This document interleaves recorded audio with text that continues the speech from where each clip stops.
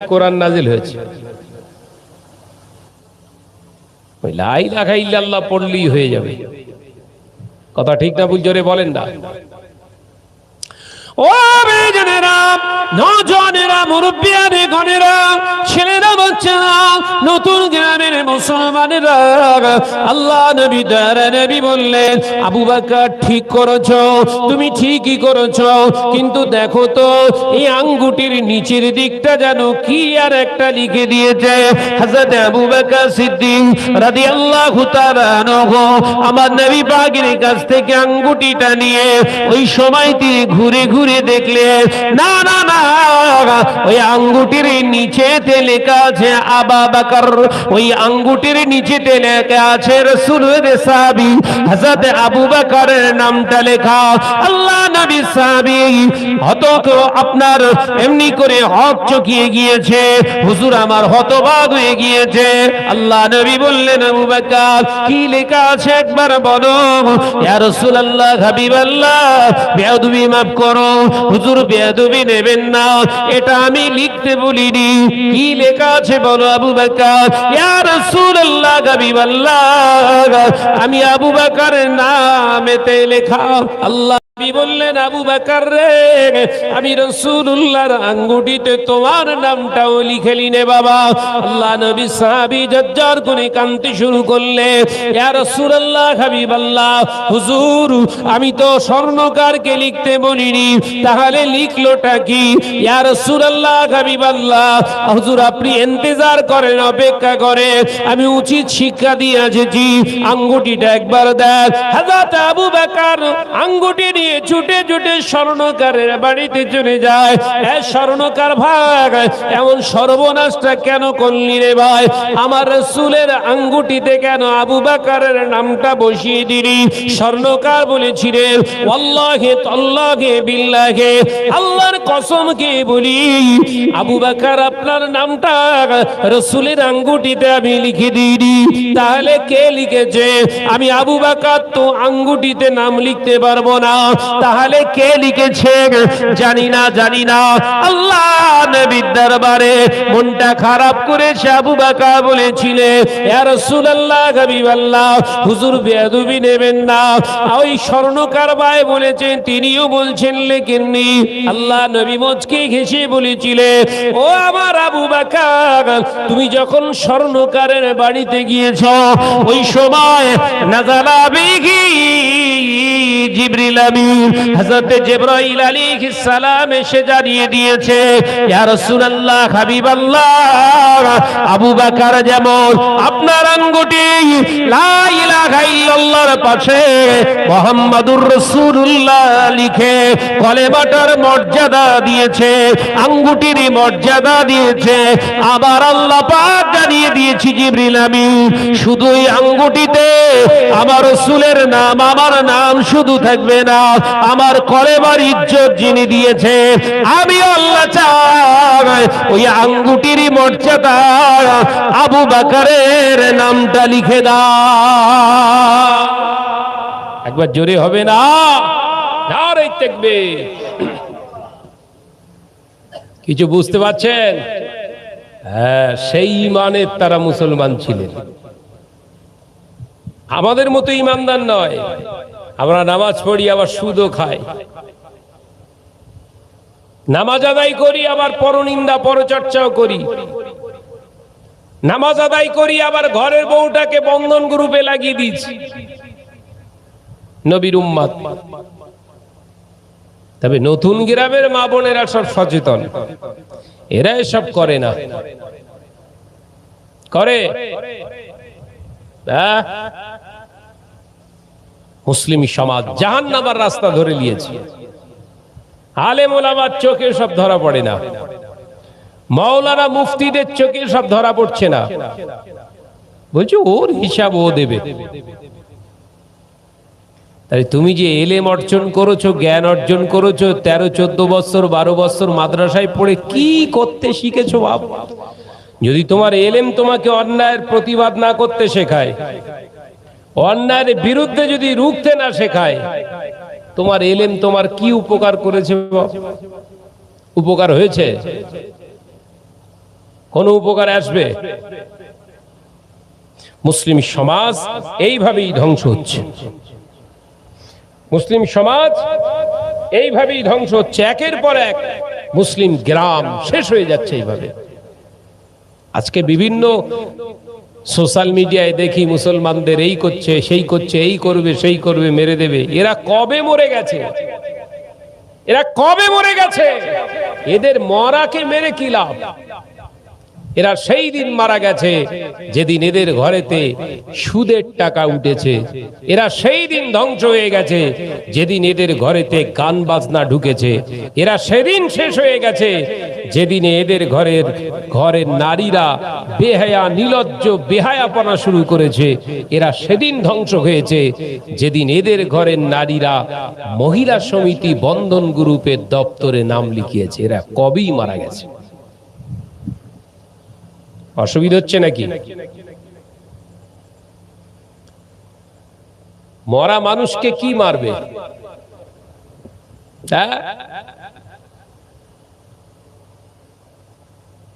আজকে গোটা মুসলিম সমাজকে দাগিয়ে দেওয়া হয়, মুসলিম সমাজকে সব সময় টার্গেট করা হয়। করতেই পারে, করবে, করাটাই স্বাভাবিক। তার কারণ এরা নামে মুসলমান, কামে নয়। এরা শরিয়াতের সঙ্গে ধোঁকাবাজি করছে। আল্লাহর রাসূলের দেওয়া বিধানের উপরে এরা কলম চালিয়েছে। ওই জন্য আল্লাহ পাক পরিষ্কার জানিয়েছে, আমি আর হাবিব কষ্ট নেবেন না, ব্যথা নেবেন না। আমি আল্লাহ বলছি, এই সমস্ত উলামাদের আমি আল্লাহর বিশ্বাস করি না।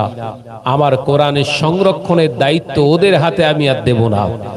আমার কোরআনের, আমার কালামের সংরক্ষণের দায়িত্ব আমি আল্লাহ নিজে কুদরতিয়া হাতে নিয়ে নিয়েছি। একবার জোরে বলুন সুবহানাল্লাহ। কেন? এরা এলেম অর্জন করবে। ওই তাওরাত, জবুর, ইনজিল যেরকম শেষ করে দিয়েছে, ওই রকম করে এরাও শেষ করবে নিজেদের সুবিধার জন্য। হারামকে হালাল, হালালকে হারাম ফতোয়া দেবে। শুরু হয়েছে তো, কথা বলছেন না কেন? একটা উদাহরণ দিই। এই রবিউল আউয়ালের চাঁদ আজকে 10 তারিখ, আরবি মাসে আগে রাত আসে। এই রবিউল আউয়ালের চাঁদ উঠতেই কিছু দাড়িওয়ালা, টুপিওয়ালা, মলি সাহেব মার্কা গোটা মিডিয়াময় ঘেউ ঘেউ ঘেউ ঘেউ করে আওয়াজ শুরু করেছে। কি ঘেউ ঘেউ করছে? চলবে না, বেদাত, বেদাত, বেদাত। এই কথা ঠিক না ভুল? জোরে বলে। সারা বছর চুপ করে থাকে, আর যেই চাঁদ ওঠে এদের ঘেউ ঘেউ ঘেউ ঘেউ আওয়াজ শুরু হয়। অথচ এই মোল্লা মলি সাহেবরা, এই সমস্ত টুপিওয়ালা, দাড়িওয়ালারা কখনো সুদের বিরুদ্ধে একটা আন্দোলন করেছে? যে সুদ ভিত্তিক যাদের জীবন আছে তারা যেন মসজিদেতে চাঁদা না দেয়, এরম বলেছে? তাদের টাকা মসজিদে চলবে না। যারা সুদ ভিত্তিক জীবন তৈরি করেছে তারা শরিয়াতের কোন মজলিসে চাঁদা দিতে পারবে না। করেছে? করেনি। নবী এসেছে, ওর গা জ্বলন শুরু হয়ে গেছে। আল্লাহ নবীর আগমনে আল্লাহ পাক খুশি হয়েছিলেন। তিনি রব, তিনি স্রষ্টা। তার হাবিবকে জমিনে পাঠিয়ে আল্লাহ পাক তামাম কায়নাতের জন্য নিয়ামত পাঠিয়েছে। তিনি খুশি শুধু হননি, জমিন, আসমান, চন্দ্র, সূর্য, তারকারাজি সবাই আমার রাসূলুল্লাহকে ওয়েলকাম জানিয়েছিলেন। সবাই বলেছিলেন, মারহাবা ইয়া রাসূলুল্লাহ, মারহাবা ইয়া মুস্তাফা, মারহাবা ইয়া মুহাম্মদ। এ নওজওয়ানেরা, মুসলমান ভাই বাবাজিরা, পর্দানশীনা মা ও বোনেরা, আল্লাহ নবীর আগমনে জমিন আসমানের तमाम কায়নাত খুশি হয়েছিলেন। কিন্তু খুশি হয়নি একজন, কিন্তু খুশি হয়নি একজন। একজনই মাত্র নাখোশ হয়েছিল, একজনই মাত্র কষ্ট পেয়েছিলেন। ওই একজনটার নাম হলো ইবলিস। রাসূলের আগমনে সবাই খুশি হয়েছিলেন। খুশি হয়নি কে? জোরে বলেন। তাই রাসূলের আগমনে যারা ফতোয়াবাজি করে, বেদাত বেদাত করে, জানবেন ওই গোত্রের সেই। এই কথা বুঝতে পেরেছেন? ওই গোত্রের লোক। রাসূলের আগমনে সবাই খুশি, উনি খুশি হয় না, বেদাত বেদাত ফতোয়া শুরু করে দেয়। ও নওজওয়ানেরা, মুরব্বিয়ানে ঘরেরা, শুনে কি দিন, জেনে কি দিন, আল্লাহ নবী, দয়ার নবী, রাহমাতাল লিল আলামিন জমিনে এসেছেন। আল্লাহ নবী সমস্ত যত তারা সেই সময়ে শিশু জন্মগ্রহণ করেছিলেন মক্কা জমিনেতে, এই সংবাদ সাত গোত্রের মানুষেরা পেয়ে তারা মক্কার জমিনের দিকে ধাবিত হয়েছিল। মক্কা শরীফ তো মক্কা ছিল না, ওটার নাম আসলে বাক্কা। মক্কার আসল নাম কি? বাক্কা। এখনো কোরআনে আয়াতের ভিতরে বাক্কা বলেই শব্দ ইউজ আছে। আর মদিনা শরীফের নাম হলো ইয়াসরব। কি নাম বললাম? ইয়াসরব। নবী পাক সাল্লাল্লাহু আলাইহি ওয়াসাল্লামের শুভ আগমনে ওই সময় যত শিশু দুনিয়া এসেছে, সাত গোত্র মানে একটা গ্রামে, যেমন নতুন গ্রাম আপনাদের গ্রামের নাম। আরব দুনিয়ায় সব ওই পাহাড়ি এলাকায় সব এক একটা গোত্র। আমি ওই সাত গোত্রেতে গিয়েছি, এই আজকে বোধহয় 18 দিন। আজকে বোধহয় 18 দিন হলো আমি মক্কা শরীফ থেকে, মদিনা শরীফ থেকে আল্লাহ ফিরিয়ে এনেছে। সাত গোত্রে গিয়েছি, এখনো সেই গোত্রের সমস্ত ধ্বংসাবশেষ, সেই সমস্ত কিছু আছে। টোটাল এলাকায় পাহাড়, পাহাড়ে ঘেরা এলাকা, গাছ দেখতে পাবেন না, শুধু পাহাড়, চাষ আবাদ কিচ্ছু নেই। পাহাড়ে ঢালুর উপরে তাদের বসবাস। রাসূল পাক সাল্লাল্লাহু আলাইহি ওয়াসাল্লামের দাইমা, হৃদয়মা, আমরা যাদেরকে বলি দুদুমা, হযরতে হালিমাতুস সাদিয়া। সাদিয়া কেন? তার মানে সাত গোত্রের তিনি একজন মহিলা ছিলেন। বলুন সুবহানাল্লাহ। হযরতে হালিমাতুস সাদিয়া রাদিয়াল্লাহু তাআলা আনহা স্বামীকে নিয়ে আরো সঙ্গী সাথী সব নারীদেরকে নিয়ে বললেন, চলো মক্কা জমিনে চলো। অভাব কি করে খাবো? পরের সন্তান মানুষ করব, দুধ পান করাবো, কিছু অর্থ পাবো, আমাদের সংসার চলবে। দেখেছেন কি জীবিকা ছিল? অন্যের সন্তানকে দুধ খাওয়াবে, দুধ খাইয়ে কিছু অর্থ পাবে, সেইটা দিয়ে তাদের সংসার চলবে। আর কি তাদের ছিল? ছাগ, বকরি পুষতো। পাহাড়ি বকরি দেখেছেন? গেলে দেখবেন, আল্লাহ যদি নিয়ে যায় পাহাড়ি এলাকায়, সেই সব বকরি এখনো তাদের এ চলছে বংশ পরম্পরা। নবী পাক সাল্লাল্লাহু আলাইহি ওয়াসাল্লামের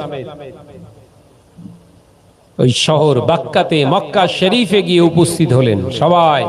সাথী সঙ্গী যতজন মহিলা ছিলেন সব হৃদয়মা, সবাই গিয়ে নিজের নিজের চুজ ফুল ভালো ভালো পছন্দ করে ভালো দনপতি গণপতিদের বাচ্চা নিয়ে নিয়েছে। বেশি অর্থ মুনাফা তারা কামাবে। আম্মাজান আমেনার কাছে কেউ আসে না। আমার রাসূল কোল জুড়ে হযরতে আমেনা রাদিয়াল্লাহু তাআলা আনহার কোল জুড়ে আলোকিত করে আছে, কিন্তু রাসূলের কাছে কেউ আসছে না। হযরতে আমেনা রাদিয়াল্লাহু তাআলা আনহার চোখ দিয়ে পানির টুসা গড়িয়ে যায়। আমার মুহাম্মদ সাল্লাল্লাহু আলাইহি ওয়াসাল্লাম কে কেউ কি নিতে আসবে না? এ নজনেরা, সাথী সঙ্গীরা সবাই শিশু পেয়ে গিয়েছে। হযরতে হালিমাকে বললে, এ হালিমা, তুমি কি কোনো খোঁজ পেলে শিশুর? বলে, না না না, তবে কাবার পাশে একজন, এই কাবার পাশে একজন, বাইতুল্লাহর পাশে একজন দাঁড়িয়ে আমাকে বলল, এ হালিমা, যদি ভালো বরকতপূর্ণ শিশু তুমি নিতে চাও, ওই যে ধুবড়ি ঘরটা দেখছো, ওই ঘরেতে একজন মহিলা থাকে, স্বামীহারা বাপহারা একজন শিশু, নাম তার আমেনা। ওই সন্তানটার নাম হলো মুহাম্মদ সাল্লাল্লাহু আলাইহি ওয়াসাল্লাম। ওইখানে গিয়ে ওই মুহাম্মদকে তুমি ধারণ করো। আল্লাহ পাক এই কাবা গৃহের মালিক তোমায় বরকত দেবে। এ নওজওয়ানেরা, মুরব্বিয়ারে ঘরেরা, হযরতে আমেনা রাদিয়াল্লাহু তাআলা আনহা ঝরঝর করে কাঁদছে। কুড়ে ঘরের ভিতরে তিনি কাঁদছে, ঝোপড়া ঘরের ভিতরে তিনি কাঁদছে। শিশু মুহাম্মদ সাল্লাল্লাহু আলাইহি ওয়াসাল্লামকে করে নিয়ে এমন সময় হালিমাতুস সাদিয়া ঘরের পাশে এসে আওয়াজ দিলে ঘরের ভিতর থেকে কান্নার আওয়াজ পাওয়া যায়। ও নওজওয়ানেরা, অনুমতি নিয়ে আম্মা জান হযরতে হালিমাতুস সাদিয়া রাদিয়াল্লাহু তাআলা আনহা ভিতরে ঢুকলেন। ভিতরে ঢুকে অবাক হয়ে গেলেন আমার নবীর চেহারা মোবারক দেখে, শিশু নবীর চেহারা মোবারকটা দেখে আমেনার কোল জুড়ে আছে। এই দৃশ্যটা দেখে হযরতে হালিমাতুস সাদিয়া মনেতে মায়া তৈরি হয়ে গেল। একবার জোরে হবে না? রাসূল পাক সাল্লাল্লাহু আলাইহি ওয়াসাল্লামের চেহারা মোবারক দেখে হযরতে হালিমাতুস সাদিয়া রাদিয়াল্লাহু তাআলা আনহার অন্তরে মায়া তৈরি হয়ে গেছে। ছেড়ে যাব না, ফেলে রেখে চলে যাব না, এই টেনশন মনের ভিতরে হচ্ছে। স্বামীর কাছে এসে বললে, কি গো, বাচ্চাটা খুব মায়াবী বাচ্চা। একবার জোরে বলুন না সুবহানাল্লাহ। চেহারার দিকে তাকালে আর অন্যদিকে তাকাতে মন চায় না। শোনো না, বাচ্চার বাপ নেই, অসহায়, খুব গরিব, দুস্থ। বাচ্চার মা আমেনা কাঁদছে। হযরতে হালিমাতুস সাদিয়া রাদিয়াল্লাহু তাআলার কথা শুনে স্বামী বললেন, হালিমা, দেরি করো না, তুমি নিয়ে এসো, শিগগিরই নিয়ে চলে এসো। একবার জোরে বলুন না সুবহানাল্লাহ। রাহমাতাল লিল আলামিন। আল্লাহর কোরআনের আয়াতে বাস্তবায়িত করলেন, ওমা আরসালনাকা ইল্লা রাহমাতাল লিল আলামিন। আমার হাবিব হলেন তামাম কায়নাতের জন্য রহমত, দয়া, করুণা। অর্থাৎ হাবিব যেখানেই থাকবে সেখানে আল্লাহর করুণা বর্ষিত হবে। এটার তার প্রথম টায়াল, প্রথম সূচনা, স্টার্টিং শুরু হয়ে গেল। রাসূলুল্লাহ রাহমাতাল লিল আলামিন হুজুরের দিকে তাকিয়ে মনে সঞ্চার, দয়া তৈরি হয়েছে, তার মানে তিন রহমত। একবার জোরে বলুন। আল্লাহ রাসূলের আম্মা জানের কাছে বললেন, হযরত হালিমাতুস সাদিয়া, কিছু দিতে পারবেন তো? হযরত হালিমা কথা শুনে মা আমেনা ঝরঝর করে কাঁদতে কাঁদতে বললেন, আমি কিছুই তেমন দিতে পারবো না, তবে আমি তোমার জন্য দোয়া করতে পারি আর এটা বিশ্বাস দিতে পারি, আমার মুহাম্মদ সাল্লাল্লাহু আলাইহি ওয়াসাল্লাম তোমার কোলে গেলে তোমার অভাব হবে না। একবার জোরে বলুন সুবহানাল্লাহ। সন্তান মায়ের জন্য যেমন নিয়ামত, বাপের জন্য যেমন নিয়ামত, বাপ মাও সন্তানের জন্য ততটা নিয়ামত। একবার জোরে বলুন সুবহানাল্লাহ।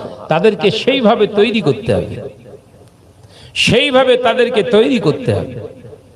একটা শিশু বাচ্চা ঘরে যখন জন্মায়, সে হচ্ছে কাদার দলা। কাদা বলে তো, মাটি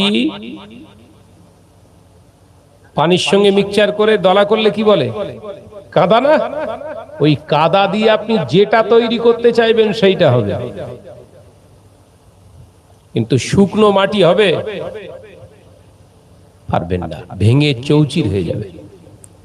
ওই জন্য সন্তানদের তৈরি করতে গেলে ছোট বয়সে তৈরি করতে হবে।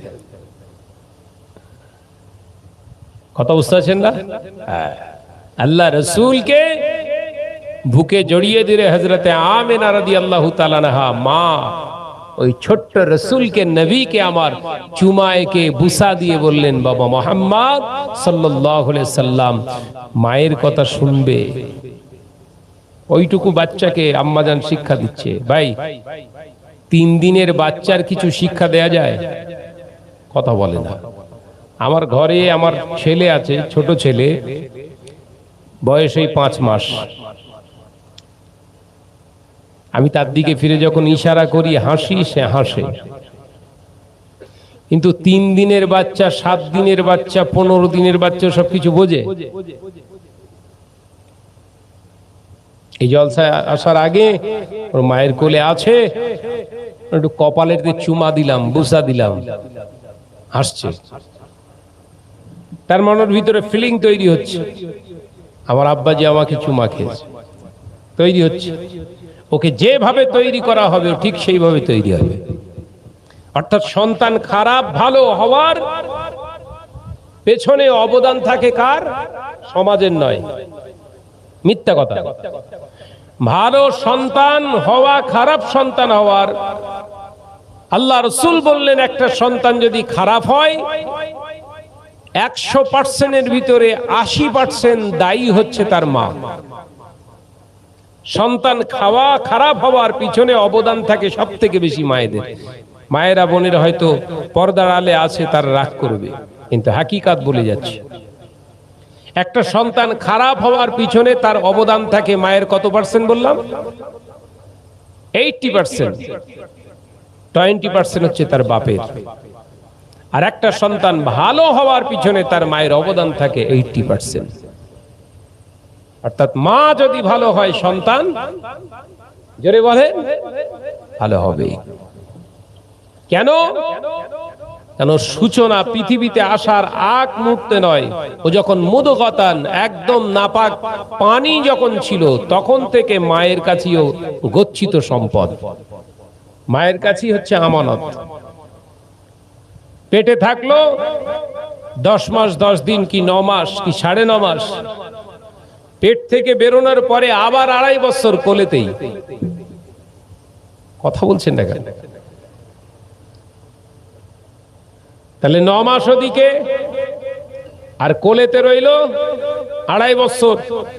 কত হলো? 3 বছর 3 মাস, সর্বনিম্ন আমি হিসাব করছি 3 বছর 3 মাস। আবার ওই বাচ্চাটা মুখে তুলে যতদিন না খেতে পারে, সঠিক গুছিয়ে না খেতে পারে, আরো 2 বছর ওর পিছনে লেগে থাকে ওর মা।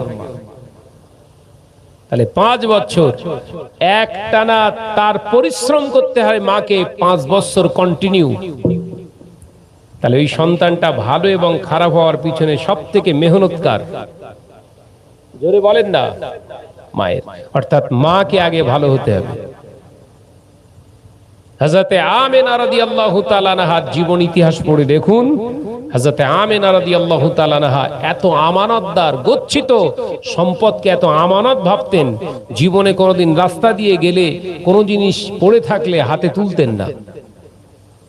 আর আমাদের আমেনার তো রাস্তায় নারকেল পড়ে থাকলে যেন মনে হয় ওর বাপের গাছ, একটা পাকা তাল পড়ে আছে, তুলে চলে এসছে। কথা বলছেন না কেন? রাস্তা দিয়ে যেতে যেতে একটা নারকেল গাছের বেললে পাতা পড়েছে, শুকনো পাতা, তুলে চলে এসছে, আমি ঝাঁটা তৈরি করব। গাছ হন না। মা খুব মারাত্মক জিনিস, বড় নিয়ামত। মায়েদের আগে ভালো হতে হবে। ভাইরা, নওজওয়ানেরা, মুরব্বিয়াগণেরা, ছেলেরা, বাচ্চারা, পর্দানশীনা মা ও বোনেরা, হযরতে আমেনা রাদিয়াল্লাহু তাআলা আনহা আমার রাসূলুল্লাহর মুখেতে চুমা দিয়ে বললেন, বাবা মুহাম্মদ সাল্লাল্লাহু আলাইহি ওয়াসাল্লাম, যাও বাবা যাও, আমি তোমার আম্মা তোমার জন্য দোয়া করি। ও বাবা, বেটা মুহাম্মদ, রেদাইমা ওটা তোমার মা, খবরদার তার অবাধ্য জানা হইও না, মাকে জানো ডিস্টার্ব করো না, মাকে জানো কষ্ট দিও না। যাও বাবা যাও, আল্লাহ পাক তোমার হেফাজত করবে। এ নওজওয়ানেরা, মুরব্বিয়ানেরা, রাসূলুল্লাহকে বিদায় দিলে, আল বিদা দিয়ে দিলে। হযরতে আমেনা রাদিয়াল্লাহু তাআলা আনহার কোল থেকে যখন হযরতে হালিমাতুস সাদিয়া রাদিয়াল্লাহু তাআলা আনহা হুজুর আমার কোলেতে নিয়ে নিলে, আল্লাহ নবীকে যখন বুকে জড়িয়ে ধরলে, হযরতে হালিমা বর্ণনা করে, আমি অনুভব করতে লাগলাম আমার রাসূলুল্লাহকে বুকে জড়িয়ে দেওয়ার সাথে সাথে আমার দুটি স্তনে দুধে পরিপূর্ণ হয়ে গেছে। আমি আমেনার বুক থেকে যখন আমার বুকে আমার নবী মুহাম্মদুর রাসূলুল্লাহকে নিলাম, আমার বুকে স্তনে দুধে পরিপূর্ণ হয়ে গিয়েছে। ওই সময় দেখতে পাওয়া যায় আমি আমার ডান্ডার স্তনটা আমার নবীর পবিত্র মুখেতে লাগিয়ে দিয়েছি। আল্লাহ নবী চুকচুক করে খেতে লাগলে। এ নজরে মুরব্বিয়ান গণেরা, আমার নবী উদার পূর্ণ করে খেলেন। খাওয়া শেষে আমি দেখতে পেলাম আমার শিশু মুহাম্মদ সাল্লাল্লাহু আলাইহি ওয়াসাল্লাম আমার দিকে তাকিয়ে একটু মুচকে তিনি হেসে নিলেন। জোরে বলুন সুবহানাল্লাহ। হযরতে হালিমা দুধ খেয়ে রাসূল পাক সাল্লাল্লাহু আলাইহি ওয়াসাল্লাম আমেনার দিকে নয়, হযরতে হালিমার দিকে ফিরে হেসেছিলেন। ওই হাসিটা আমি হালিমা এত ফ্রেম বন্দি করে ফেললাম, আমার হৃদয়ে আমি বন্ধ করে নিলাম। আমার সমস্ত ক্লেশ কষ্টটা সঙ্গে সঙ্গে দূর হয়ে গেছে। একবার জোরে বলুন না সুবহানাল্লাহ। ওই যে আল্লাহ বললেন ওমা আরসালনাকা ইল্লা রাহমাতাল লিল আলামিন, নবী যেদিকে তাকিয়ে যেটা করবেন জানবেন ওটা রহমত। একবার জোরে বলুন না। আজকে সেই নবী দুনিয়ায় এসেছে, মুসলমানদের কত খুশি হওয়া দরকার। আল্লাহর কসম করে বলছি, আমরা তো বছরে একবার নবী দিবস পালন করি, আমাদের আনবারুল এই তো বছরে একবার দেয়। আল্লাহ দেয়ার তৌফিক দিক, প্রতি বছরই দিক, কিন্তু বছরে একবার, তাই তো? এই কালকে আপনাদের পাহাড়পুর তো জলসা হবে, একবার হয়। আল্লাহর কসম খেয়ে বলছি, মদিনা শরীফে মক্কা শরীফে প্রতি সপ্তাহে নবী দিবস হয়। একবার জোরে বলুন সুবহানাল্লাহ। বিশ্বাস হবে না। আপনাদের নেক দুআয় আল্লাহ অশেষ মেহেরবান। আল্লাহ আমাকে 5 বার নিয়ে গেছে রাসূলের দরবারে। আমি 5 বার গেছি আল্লাহর হুকুমে।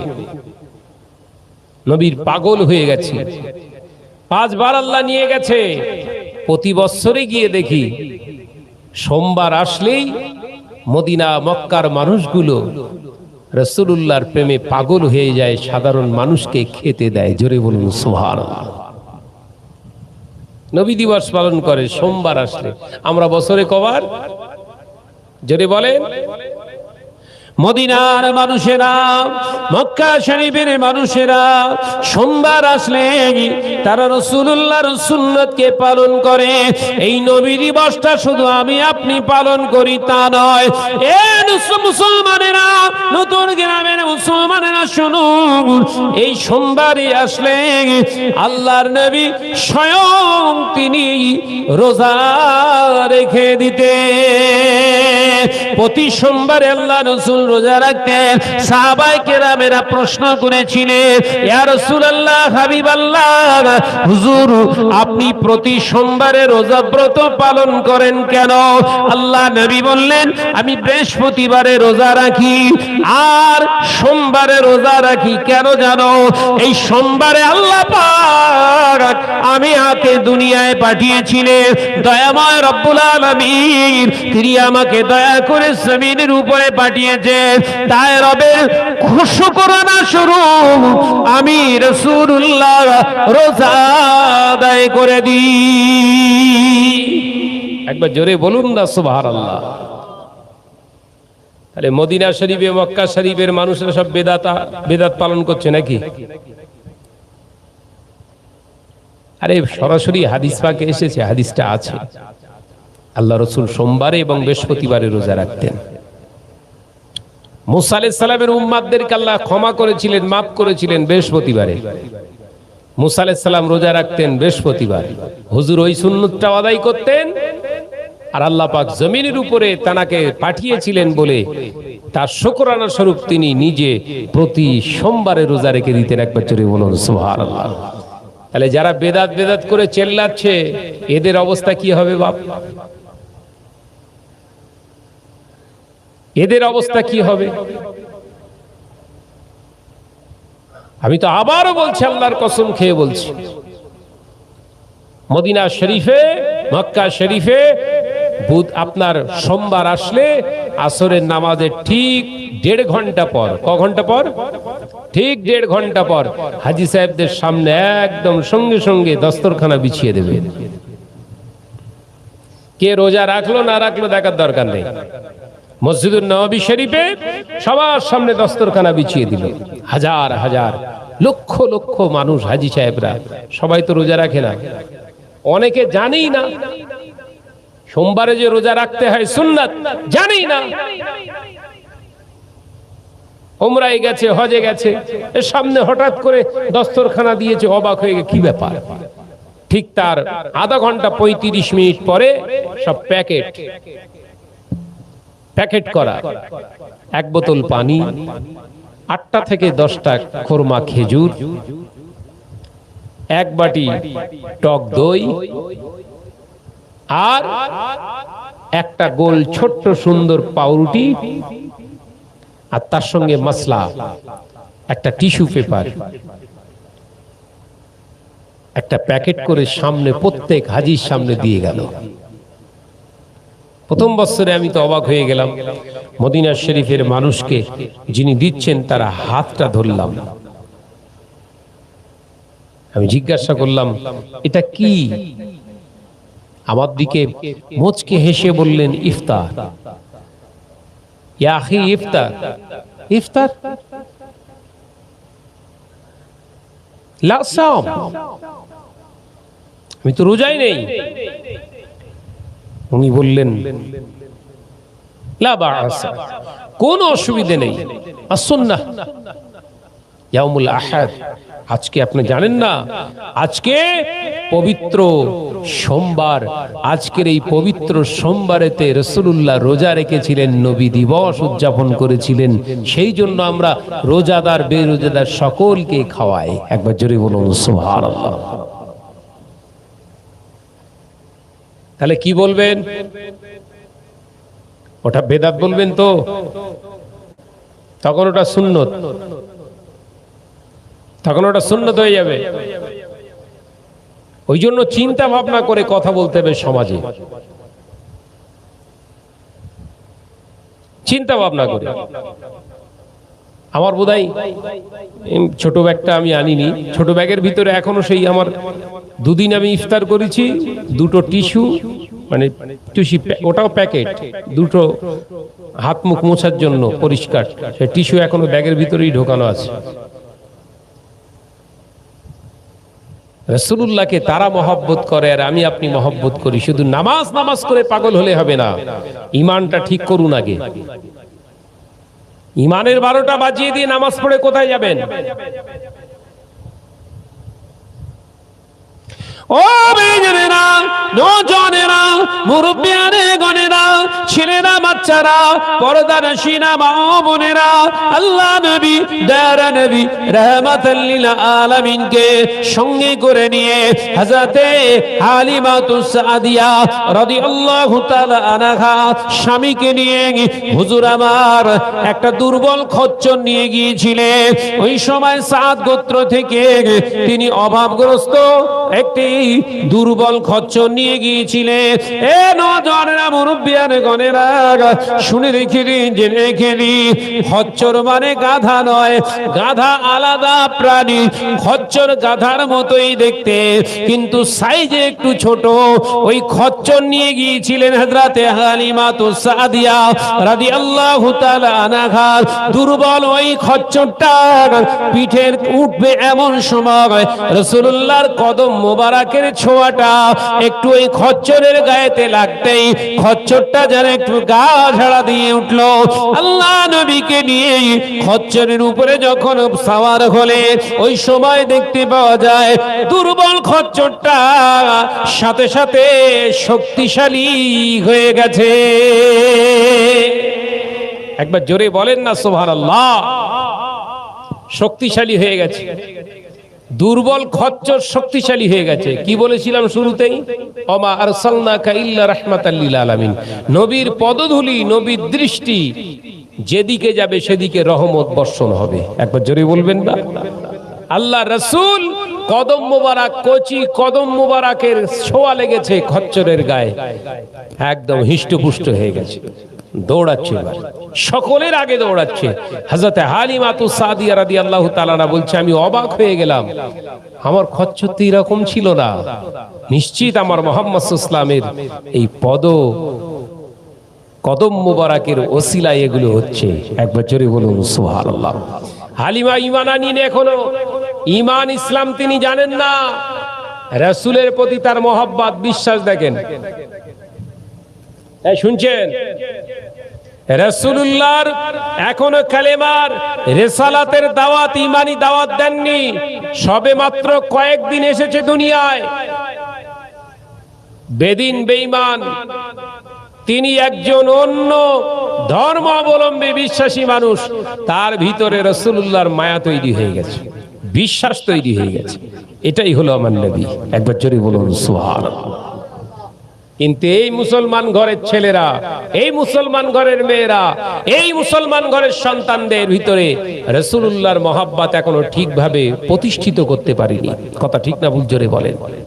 ওই জন্য তো এদের দ্বারা ধর্ষণ, এদের দ্বারা জিনা, এদের দ্বারা মেরে নেওয়া, কেড়ে নেওয়া, এদের দ্বারাই সুদের টাকা, এদের দ্বারাই অন্যের উপর অত্যাচার, এদের দ্বারাই খুন রাহাজানি, এগুলোই তো হচ্ছে।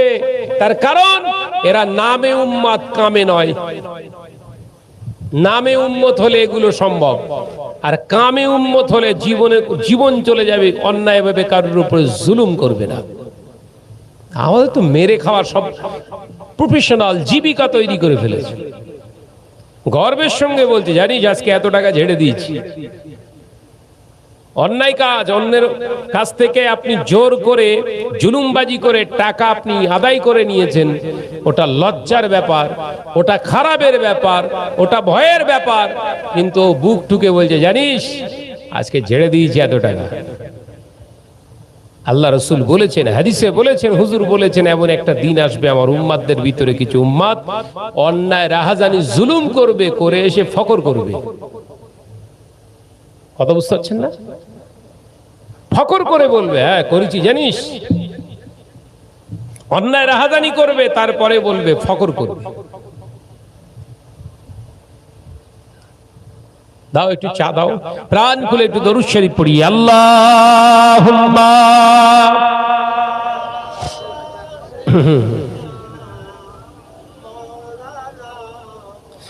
প্রাণ খুলে পড়ি। ওয়ালা আলে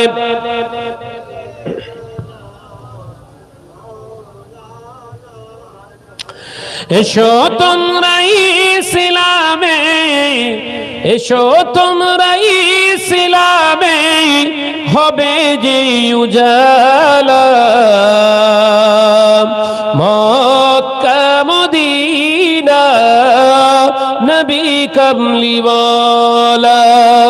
জোরে হবে না সুবহানাল্লাহ? আর জোরে হবে না সুবহানাল্লাহ?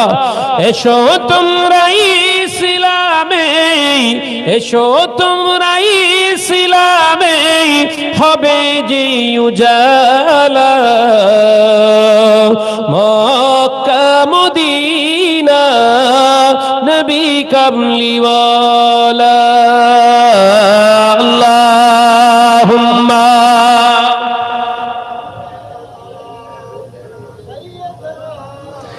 একসঙ্গে পড়ি, একসঙ্গে। ওয়ালা আলে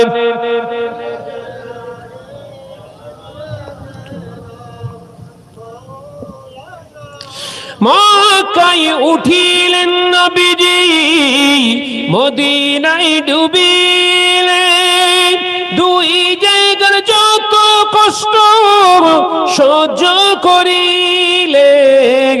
মক্কায় উঠিলেন নবীজি, মদিনায় ডুবিলেন, দুই জায়গার যত কষ্ট সহ্য করিলেন। তবুও মোর দয়ার নবী, তবুও মোর দয়ার নবী সহ্য করেন জ্বালা, মক্কা মদিনা নবী কামলিওয়ালা। আল্লাহুম্মা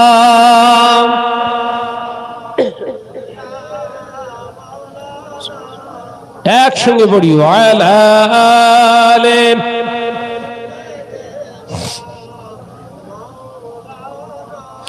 দুই দিন ধরে খাবার নাই কো ঘরে দুইটি পাথর বাঁধেন পেটের উপরে দুই দিন ধরে খাবার নাই কো ঘরে দুইটি পাথর বাঁধেন পেটের উপরে তবুও মোর দয়ার নবী তবুও মোর দয়ার নবী সহ্য করেন জ্বালা মক্কা মদিনা নবী কামলিওয়ালা আল্লাহুম্মা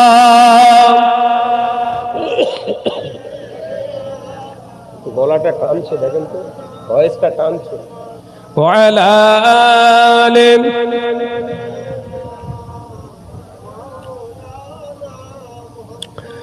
দিন যত যায় তাহার দুঃখ বাড়ে তত উটের নাড়ি চাপিয়ে দিলেন নামাজে হালতে দিন যত যায় তাহার দুঃখ বাড়ে তত উটের নাড়ি চাপিয়ে দিলেন নামাজে হালতে তবুও মোর দয়ার নবী তবুও মোর দয়ার নবী বদদুয়া করেন না। জোরে বলবেন না, আরে জোরে হবে না সুবহানাল্লাহ। মক্কা মদিনা নবী কামলিওয়ালা এসো তোমরা ইসলামে এসো তোমরা ইসলামে হবে যে উজালা মক্কা মদিনা নবী কামলিওয়ালা আল্লাহুম্মা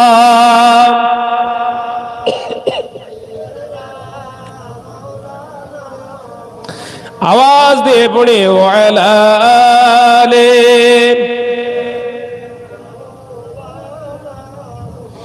আমার নজনেরা মুরব্বিয়ান গণেরা ছেলেরা বাচ্চারা বড়রা নশিনা মা ও বোনেরা আমি আলোচনা আমি আপনাদের বোঝাচ্ছিলাম দয়ার নবী রাহমাতাল লিল আলামিন তিনি আমাদের জন্য করুণা তামাম কায়নাতের জন্য করুণা দুনিয়ায় বেঁচে থাকা মানুষ জাতির জন্য করুণা প্রাণী কুলের জন্য করুণা দুনিয়া থেকে যারা চলে গিয়েছে ইন্তেকাল হয়ে গিয়েছে তাদের জন্য নবী হলেন করুণা। জোরে বলুন সুবহানাল্লাহ। বেঁচে থাকা অবস্থায় রাসূলুল্লাহ যেমন আমাদের জন্য রহমত দুনিয়া ছেড়ে চলে গিয়েছেন তিনিও আমাদের জন্য ততটাই পরিমাণই হলে রহমত। জোরে বলুন সুবহানাল্লাহ। লস কিছু নেই, দুনিয়ায় থাকা অবস্থায় তিনি যতটা আমাদেরকে তানার উম্মাতদেরকে উপকার রেখে গেছেন দুনিয়া ছেড়ে চলে গেছেন হায়াতুল নবী মুর্দাদের জন্য ততটাও নবী হচ্ছেন রহমত। একবার জোরে বলুন সুবহানাল্লাহ। কিছু মানুষ তো একদম রাসূলুল্লাহকে মেরেই ফেলেছে, কথা ঠিক না? জোরে বলেন। কিন্তু আহলুস সুন্নাত ওয়াল জামাতের আকীদা হচ্ছে রাসূল হলেন হায়াতুন নবী। একবার জোরে বলুন সুবহানাল্লাহ। ইমাম জালালউদ্দিন সুয়ুতি রাহমাতুল্লাহ আলাইহি তিনি কিতাবের ভিতরে পরিষ্কার বলে গেছেন নবী হলেন হায়াতুন নবী। বড় বড় মুহাদ্দিসিনগণ কিতাবের ভিতরে লিখে গেছেন নবীকে মারা গেছে কথা বলা যাবে না, নবী আমাদের থেকে পর্দা নিয়েছেন, আমাদের থেকে আড়ালে চলে গেছেন, অর্থাৎ তিনি জিন্দা। একবার জোরে বলুন সুবহানাল্লাহ। মুসলমান আজ এই ঈমান, আজ এই বিশ্বাস, আজ এই চিন্তা, আমাদের হৃদয় থেকে আস্তে আস্তে দূরে সরে যাচ্ছে। ওই জন্য আমাদের উপরে জুলুম, একের পর এক জুলুম, একের পর এক জুলুম, আমাদের উপরে বিভিন্ন রকমের জুলুম শুরু হয়েছে আর হবে। নবীর দেওয়া রাস্তা, নবীর দেওয়া আদর্শ যদি আমি আপনি ভুলতে শুরু করি, আমাদের উপরে তো জুলুম আসা ওয়াজিব হয়ে যাবে।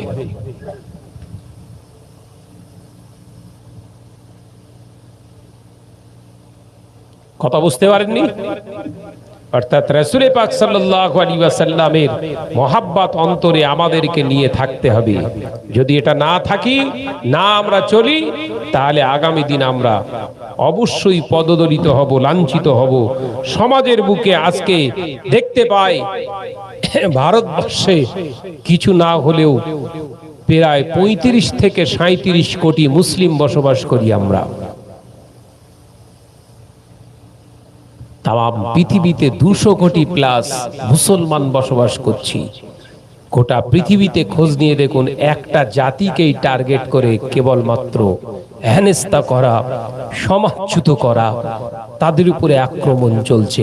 একটাই কারণ, একটাই কারণ, অন্য কোনো কারণ নয়। জালেম তো তখনও ছিল, কাফের বেদিন বেঈমান তখনও ছিল। মুসলমানদের সংখ্যা কম ছিল, কিন্তু ভয় পেত মুসলমানদের উপরে আক্রমণ করতে। আজকে পাচ্ছে না কেন? তার কারণ আমরা আল্লাহকে আর ভয় পাই না। আমাদের ভিতরে আল্লাহর ভয় নেই। আমাদের এখন পুলিশ প্রশাসনের ভয় হয়, পার্টির নেতা মন্ত্রী এমএলএদের ভয় লাগে। আমাদের ভিতরে আল্লাহর ভয় আছে? এই কথা বলছেন না কেন? যার জন্যই তো আজকে ক্ষতিগ্রস্ত আমরা। জমিনের মালিক যিনি, হাওয়া বাতাসের মালিক যিনি, হায়াতের মালিক যিনি, তার সঙ্গে আমাদের সম্পর্ক নেই। দুনিয়ায় কদিন বাঁচবে যিনি নিজে জানেন না, তার উপরে বিশ্বাস আমাদের বেশি। এই কথা বুঝতে পারছেন না নাকি? সে নাকি আমার উন্নয়ন করে দেবে, সে নাকি আমার উন্নয়নের প্রতীক। তাহলে ঈমানটা শেষ করেছি না করিনি?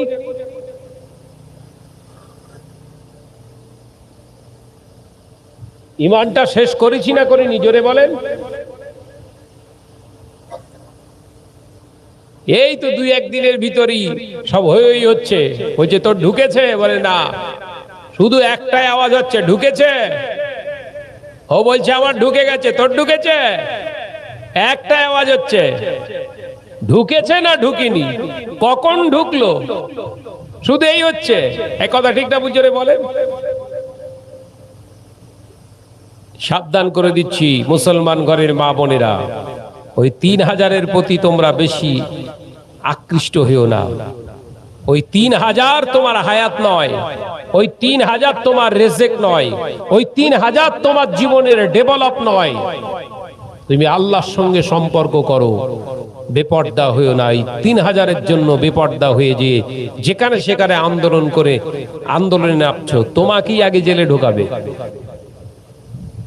পুরো টার্গেটে আছো তুমি। এগুলো তো ফন্দি। মুসলমানদের যে কোনো প্রসেসে তাদেরকে গ্যারেজ করা হবে। এখন থেকে সাবধান হন। ঘরের মা বোনদেরকে বলবে, অ্যাপ্লাই করেছিস তো, ভেরিফিকেশনে বেঁধে গেছে, ও জাগে যা, দরকার নেই। এর আগে ১,৫০০ ছিল, তার আগে কি ছিল? কিচ্ছু ছিল না তো। এই কথা বলছে না কেন? না খেয়ে সব মারা গিয়েছিল। হ্যাঁ, এই ঈমান নিয়ে চলো। এর আগে ১,৫০০ ছিল, তার আগে কি ছিল? ঘোড়ার ডিম ছিল। ওই ঘোড়ার ডিমটাই কোলে রেখে থাকো। এক কথা ঠিক না বুঝে বলে? ওই ঘোড়ার ডিমটাই নিয়ে চলো। ৩,০০০-এর প্রতি আকৃষ্ট হলে গ্যারেজ হওয়া বলে দিলাম। সব পথে পথে সব আন্দোলন করছে, দেখেননি? বাস, ট্রেন, আপনার ট্রেন সব আটকে দিচ্ছে, আন্দোলন চলছে, দেয়া লাগবে, ঢোকাতেই হবে। শুধু বলছে ঢোকে না কেন, ঢোকাতেই হবে। আর আমাদের রাজ্য সরকার বলছে না, যাত্রার ঢুকবে না। এটাই তো খেলা, পলিটিক্স, এটাই তো রাজনীতি। ভোটের আগে সব রাস্তার ধারে যারা বস্তি ওদের কোলে ছেলে নিয়ে দুধ খাওয়ানো রান্না করা সব করেছে। ভোট হয়ে গেছে, এখন সব রাস্তার ধারে যারা বসবাস করছে ওদের আগে তাড়াচ্ছে, ওট রাস্তার ধারে থাকা যাবে না। পলিটিক্স, অর্থাৎ ওদিকে কাম দিও না। নিজের উন্নতি কতটা করবে, উন্নতি দেনেওয়ালা মালিকের সঙ্গে সম্পর্ক করো। কার সঙ্গে? জোরে বলেন, আল্লাহর সঙ্গে। আগে মা বোনেরা সব ঘরে মুরগি পুষতো, কত কাঁচা টাকা তাদের ছিল হাতে, ডিম বেচা টাকা, মুরগি বেচা টাকা, ছাগল, হ্যাঁ গরু, ওইটা ফিরিয়ে আন, ওইটা ফিরিয়ে আনো মা বোনেরা। ঘরেতে বেশি বেশি দেশি মুরগি পোষো, হুক ওর দাম বাড়বে সব। গোটা ভারতবর্ষে অর্থনৈতিক ইকোনমিক একটা ক্রাইসিস আসতে চলেছে, দুর্ভিক্ষ আসতে চলেছে ভারতবর্ষে, বলে দিলাম। অর্থের অভাবে মানুষ খেতে পাবে না, কারণ ভারতবর্ষের পুরো পঙ্গু করে ফেলেছে এই 12-14 বছরে। এখন যে শিশুটা জন্মাবে ওর ঘাড়ে রাষ্ট্রীয় ঋণ হিসাবে প্রায় 1,77,000 টাকা দেনা ওর মাথার উপরে। যে দুনিয়ায় আসবে, মানে আমার 5 মাসের যে বাচ্চাটা, ওর এখন দেনা কত? 1,75,000 টাকা দেনা। ও এখন আব্বা বলতে শিখিনি, দেনা লে তাই দুনিয়ায় এসছে। এক একটা সরকারি যে সমস্ত কোম্পানিগুলো চলছে, বিশাল কোটি কোটি, হাজার হাজার কোটি কোটি টাকার সব ঋণ নিয়েছে সরকারের থেকে, তাদের সব পার্সেন্টেজ কেটে দিয়ে সব শোধ করে দেওয়া হয়েছে, ফ্রি, মকুব। এই টাকাগুলো কোত্থেকে আসবে? এটা বিরাট ক্রাইসিস আসতে চলেছে। শুধু বলছি সাবধান হন মা বোনেরা। দেশি মুরগি, হাঁস আগে যেমন সব দাদি, নানি, খালা এরা সব পুষতো, তোমরাও পোষা স্টার্ট করো, স্বাবলম্বী হও। কে দেবে ওই আশায় থেকো না। ভাইরা, আমার নওজওয়ানেরা, মুরব্বিয়ানগণেরা, ছেলেরা, বাচ্চারা, প্রসঙ্গে আমি কিছু কথা বলে ফেললাম, সাবধান করে দিয়ে গেলাম, খবরদার কোন রকম ফোন দিতে পা দেবেন না। এ নওজওয়ানেরা, মুরব্বিয়ানগণেরা, হযরতে হালিমাতুস সাদিয়া রাদিয়াল্লাহু তাআলা আনহা, হুজুর আমার সকলের আগে আসছে স্বামীকে নিয়ে। হুজুর আমার যখন সাদ গোত্রে ঢুকেছে, সমস্ত সাথী সঙ্গীরা নিজেদের শিশুগুলোকে বাড়িতে রেখে এসে সবাই হযরতে হালিমার কাছে এসে হাজির। এ বোন হালিমা, তুমি তো আমাদের সকলের শেষে ছিলে, তুমি আমাদেরকে আগে আর পেছনে ফেলে দিয়ে তুমি আগে চলে আসলে কিভাবে? হযরতে হালিমাতুস সাদিয়া রাদিয়াল্লাহু তাআলা আনহা মুচকে হেসে বলেছিলেন, ওটা আমার মুহাম্মাদের দয়া। একবার জোরে হবে না? ঈমান আনেনি বলে এখনো মুসলমান হয়নি, ওই জন্য কথা বলছে। এটা হচ্ছে আমার মুহাম্মাদের দয়া। আল্লাহর রাসূলের চেহারা মোবারক সকলে দেখছে, আর আফসোস হচ্ছে, ইস যদি আমরা আগে পেতাম। একবার জোরে বলেন না। মানুষ নিয়ামত হারানোর পরে তখন আফসোস করে। দাঁত যখন ছিল ইচ্ছা মতো সব চিবিয়েছে, কথা বুঝতে পেরেছেন? আর যেই মুরব্বি হয়ে গেছে, সামনে 4-5টা খালি হয়ে গেছে, তখন কি বলছে? আর হবে না। আফসোস হচ্ছে। সামনে আপনার নওজোয়ান যুবক ছেলে হাড় চিবিয়ে ধুলো করে ফেলছে, মুরগির হাড়, কথা বুঝতে পেরেছেন তো? হাড্ডি ফাড্ডি সব চিবিয়ে হুড়োচ্ছে, মড়মড় করে আওয়াজ হচ্ছে, আর বয়োজ্যেষ্ঠ মুরব্বি দেখছে আর আফসোস করছে। কেন? এই দাঁত থাকতে দাঁতের মর্যাদা দেয়নি, যেটাই কামড় মারার দরকার ছিল সেটাই কামড়ায়নি। ঠিক ওই সাত গোত্রের মহিলারা আফসোস করছে, যে বাচ্চাটাকে আগে নেওয়ার দরকার ছিল আমাদের, সেই বাচ্চাটা আমরা না নিয়ে টাকার পিছনে ছুটেছিলাম, আমরা টাকা পেয়েছি, শান্তি পাইনি। আর হালিমা দুনিয়ার জমিনে মুহাম্মদুর রাসূলুল্লাহকে পেয়েছে, আল্লাহ তার বরকত ঢেলে দিয়েছে, শান্তি এসে গেছে। একবার জোরে বলুন সুবহানাল্লাহ। ওই জন্য টাকা পয়সায় শান্তি আসে না বাপ, মনের শান্তি হলো সব থেকে বড় শান্তি। মনের শান্তি সব থেকে বড় শান্তি। সুন্দরী বউ পেয়েছেন, হাসা ফর্সা, স্বামীর সঙ্গে তুই তাকারি করে কথা বলে, এক পয়সা স্বামীকে দাম দেয় না। আর একজন বিয়ে করেছে, দেখতে খুব একটা ভালো না, গায়ের রং হালকা মুদে বর্ণের, কিন্তু স্বামীকে আপনি ছাড়া কথা বলে না। কে সুখে আছে বলেন তো? জোরে বল না রে ভাই, ওই সাদা ফর্সা মতোটা না মুদে রঙেরটা?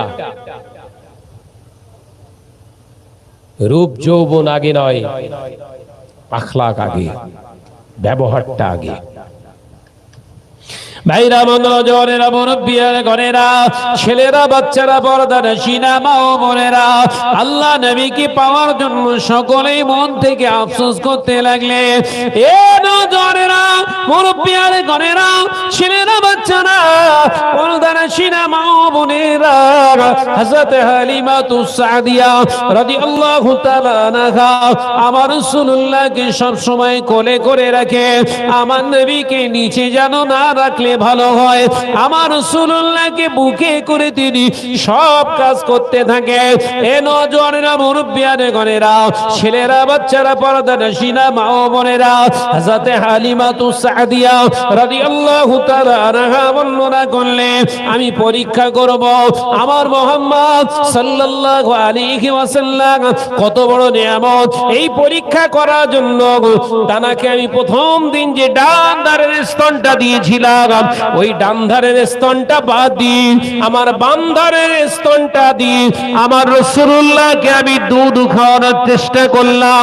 যতবার আমি নিয়ে যাই, আমার নবী মুখ ঘুরিয়ে নেয়, আমার নবী কোন রকম মুখ ঠেকান না।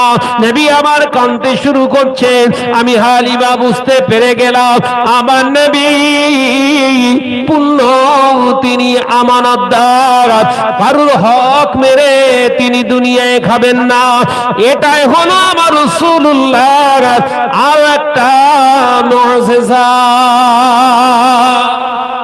একবার জোরে বলবেন না? আমি বারবার চেষ্টা করছি আমার অন্য স্তনটা দিয়ে দুধ খাওয়ানোর, কিন্তু রাসূলুল্লাহ বারবার মুখ ঘুরিয়ে নিচ্ছে। জোর করেছি, রাসূলুল্লাহ কাঁদতে শুরু করেছে। হুজুর শেখাচ্ছে আমানত। আমানত কাকে বলে? আমানতদার। কষ্ট করা যাবে না, আল্লাহ আকি বানিয়েছে আল্লাহ। একবার জোরে বলুন সুবহানাল্লাহ। তার মানে হযরত হালিমাতুস সাদিয়া রাদিয়াল্লাহু তাআলা আনহার আরো একটা তার নিজের সন্তান আছে, সে দুধ পান করে। আল্লাহ রসুলকে ডান সাইডে দুধ পান করাতেন, আর বাম সাইডটা তার নিজের সন্তানকে দুধ পান করাতেন। রাসূলুল্লাহকে বাম সাইডে দুধ খাওয়াতে চাইছে, রাসূল খাচ্ছে না, কারণ তার একটা ভাই আছে, হৃদয়ী ভাই, দুধ ভাই, তার হক নষ্ট হয়ে যাবে। রাসূলুল্লাহ আল্লাহ পাক হকদার, পূর্ণ আমানতদার বানিয়েছিলেন। একবার জোরে বলুন সুবহানাল্লাহ। ও মেয়েরা, নওজওয়ানেরা, মুরব্বিয়ানে ঘরেরা, ছেলেরা, বাচ্চারা, পর্দানশী মা ও বোনেরা, আল্লাহ নবী দয়ার নবী একটু একটু করে বড় হতে লাগলেন। ও নওজওয়ানেরা, অল্প দিনে হযরতে হালিমাতুস গোটা সংসারটা উন্নতি নিয়ামতে পূর্ণ হয়ে গিয়েছে। এ নওজওয়ানেরা, আল্লাহ নবীর বয়স এখন 3 প্লাস 4 বছর রানিং। হুজুর আমার ছোট ছোট বাচ্চাদের সঙ্গে, সকলে সমবয়সীদের সঙ্গে খেলতে যাচ্ছে। ওই সাত গোত্রের একটি উপত্যকা আছে, চতুর্দিকে পাহাড়ে ঘেরা, মাঝখানে একটা ছোট্ট জায়গা আছে, আমি দেখে এসেছি আল্লাহর দয়ায়। এখনো সেই জায়গা সেই অবস্থা সাথী আছে। আল্লাহ নবী উপত্যকায় খেলা করতে গিয়েছেন, কিন্তু রাসূল পাক সাল্লাল্লাহু আলাইহি ওয়াসাল্লাম সকলের সঙ্গে সমানভাবে খেলা করতেন না, সবাইকে হুজুর নিয়ে যেতেন খেলতে। আল্লাহ নবী মাঝে মাঝেই আর ওই সঙ্গী সাথীদের ছেড়ে দিয়ে তিনি একাকী বসে থাকতেন। হযরত হালিমাতুস সাদিয়া রাদিয়াল্লাহু তাআলা আনহার সন্তানটা দেখছেন আল্লাহ নবী বসে আছে, হঠাৎ দেখতে পাওয়া যায় একটা অতিবা সুন্দর চেহারার মানুষ এসে আমার নবীর হাতটা ধরে টুক টুক টুক টুক করে পাহাড়ের একটা ঢালু একটি জায়গায় খাতে নিয়ে গেলেন। আল্লাহ নবীকে বসিয়ে দিয়ে যারা নবীকে হঠাৎ দেখতে পাওয়া যায় শুইয়ে ফেলেছে, ওই ব্যক্তিটা শুইয়ে ফেলে ওপেন সার্জারি অর্থাৎ আল্লাহ রাসূলের সিনা চাক হচ্ছে, পিঞ্জরটা ফেড়ে ফেললেন।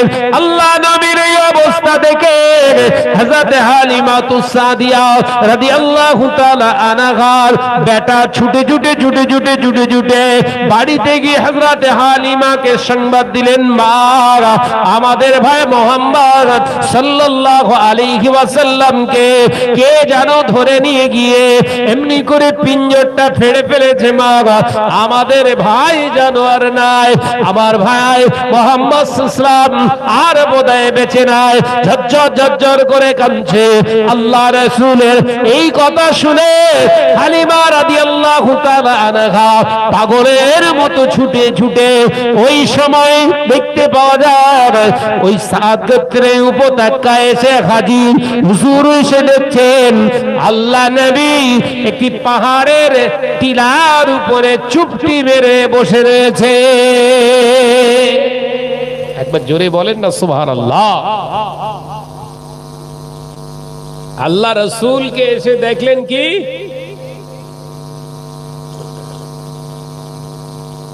চুপ করে বসে আছে, মনটা যেন খারাপ, গম্ভীর্যের সঙ্গে বসে আছে। হুজুরের এই বসে থাকা অবস্থাটা দেখে হযরত হালিমা রাদিয়াল্লাহু তাআলা ভয় খেয়ে গেছে, এই সর্বনাশ।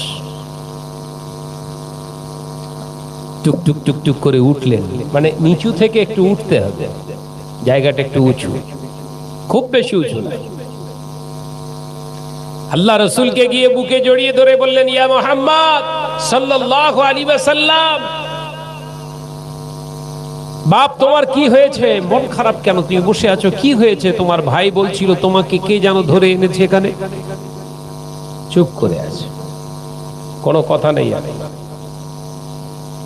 বাবা মুহাম্মদ তুমি বলো, আমি তোমার মা হালিমা, থাকতে পাচ্ছি না, বিচলিত অস্থির হয়ে যাচ্ছি, তুমি একবার বলো। আল্লাহ রাসূল চুপ করে আছে।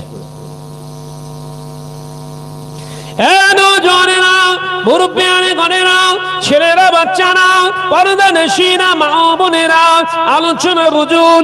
যার নবী রাহমাতাল লিল আলামিন হুজুর আমার চুপটি মেরে বসে রয়ে কিতাবের ভিতরে পাওয়া যায় আল্লাহর ফেরেশতা জিবরাইল আলাইহিস সালাম আল্লাহ নবীকে সঙ্গে করে নিয়ে ওইখানটায় যখন শুইয়ে ফেলে পিঞ্জরটা ফেলে আল্লাহ পাকে জিজ্ঞাসা করলেন, আল্লাহ পাক হাবিবের কি কি গুলো বার করতে হবে, পিঞ্জর থেকে কি কি গুলো বার করতে হবে।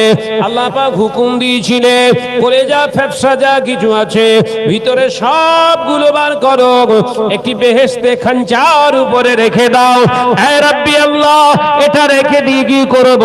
আল্লাহ পাক হুকুম করলেন, হে জিবরিল আমিন, ওটা আমার হাবিবের সমস্ত জিসম মোবারকের ভিতর থেকে সব বদ রক্তগুলোকে, খারাপিগুলোকে, দুর্গন্ধ জিনিসগুলোকে বের করে সুন্দর করে ধৌত করে দাও।